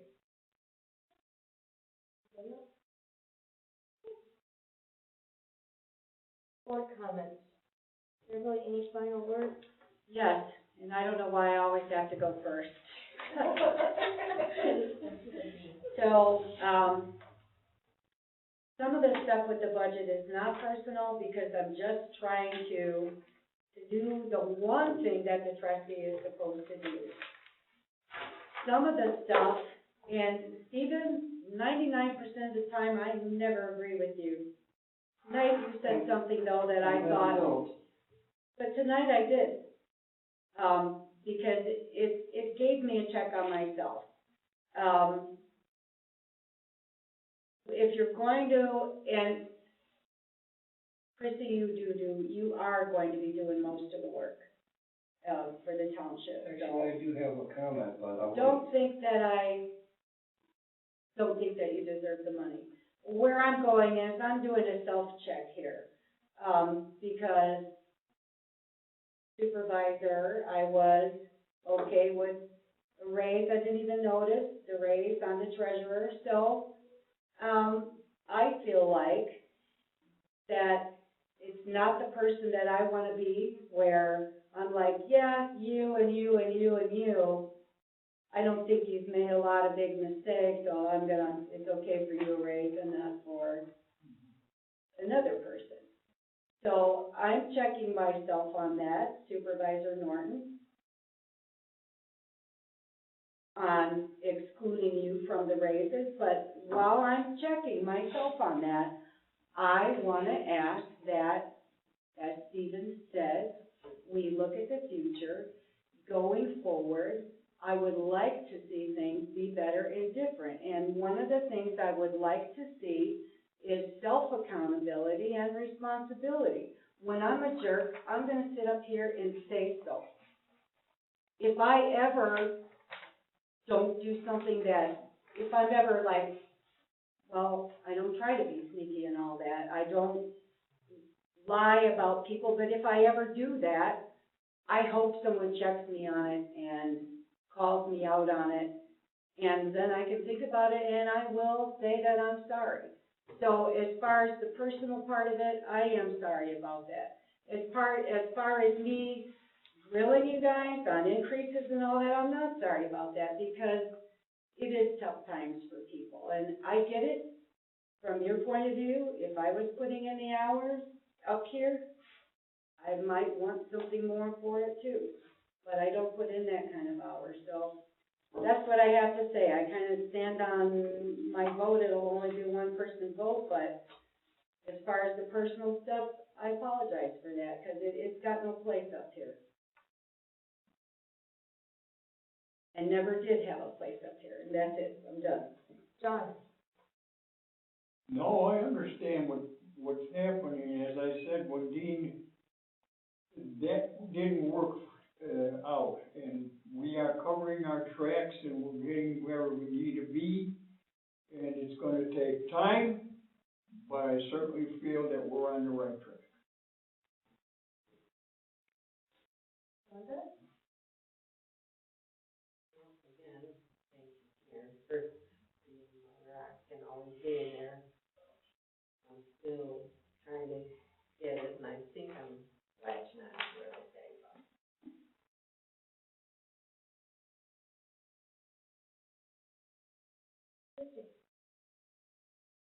I'm tired.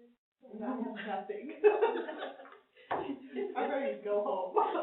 She must have gone nine. I don't have anything other than say thank you guys for putting up with us, helping us get through this budget, whether we agree, disagree, all about. Thank everybody for stepping up, the ones that have stepped up, Gary for stepping up, in the election, appreciate it. Also, you see over here in the corner, thank you. She's always called you that, I don't know why.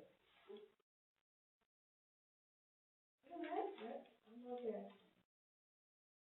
Anybody else before we close? I do have a question before we close. Are we still, so what's with our meeting on Tuesday? It all depends on what the governor says, and if she cuts down any more than 10 people. I mean, and if they change the rules with OMA, I did see something come by, on my email as we were sitting here about OMA. I haven't had John to read it yet, but I'm sure that other municipalities running into the same issue. They have to meet. Well, I'm wondering if worse comes to worse, maybe because most people that come here are pretty decent, maybe people will self-ration. Like if they see there's already 5, they'll leave, or it's like if they feel like, well, you want to be here more than me and I'll leave, maybe. We could also, I'm working very hard on getting the YouTube streaming up, and we can advertise that on the website. I did reach out to Denise early stage, have not heard back yet, about ensuring that we can put this on the website. It should not be hard. But what, the link to YouTube or something? The live stream from YouTube, yes. So once that's up there, we can also set up we can set out a notice that people can contribute via email and use an email that we have available for that. And so we could close this and say only board members are here, so people can participate from home. Mm-hmm. That would be an option. Yeah. And there's a lot of them already doing that. Or maybe we could say, per the governor, only 10 people are allowed in a room. That's what. First 5 get in, the rest have to live stream. Correct. That way, I just feel like that might be a better way. There's some people that don't have internet. And have 5 chairs 6 feet apart. Yeah. They changed that at Pfizer, now you gotta go 10 feet apart. Oh, yeah, but 10 feet apart, Just so you guys know, that's why we take the tables down. That's a good idea. Touch. That was a good idea. We'll probably we will need to communicate by email to some extent about how the next meeting is going. yeah. That's a week away, so. Email or phone call, so please take your phone calls when they come through. Oh, I don't ever not Well, take phone calls. I'm just saying. Okay. You know how my house is, if they call my cell phone and I'm in the house, it probably won't Well, I ring. got an answer. If I'm up with I'm the not there, chickens, I call don't back. normally bring my phone. All right. Yeah. Are we all ready? Actually, Steve, I know, I was like, it is, I am going to move to adjourn at 9:28. And I second that emotion. Emotion? A motion. Oh. I thought you said All in emotion. favor? Aye. Got it. anyway, first I'd like to go finish the recording real quick. Thank you. Chrissy, I have been gathering paperwork for you. Wonderful. And I thought I would see if you were going to be in anytime this week and kind of make like a semi-appointment and bring you my social security card at the same time. I will be here I don't want to tomorrow. carry it around with other stuff because I don't want to lose it. I'm sorry. No, I can't do that. I am here. I'm here tomorrow until noon. Checking out a little bit of. I don't blame you. And I think this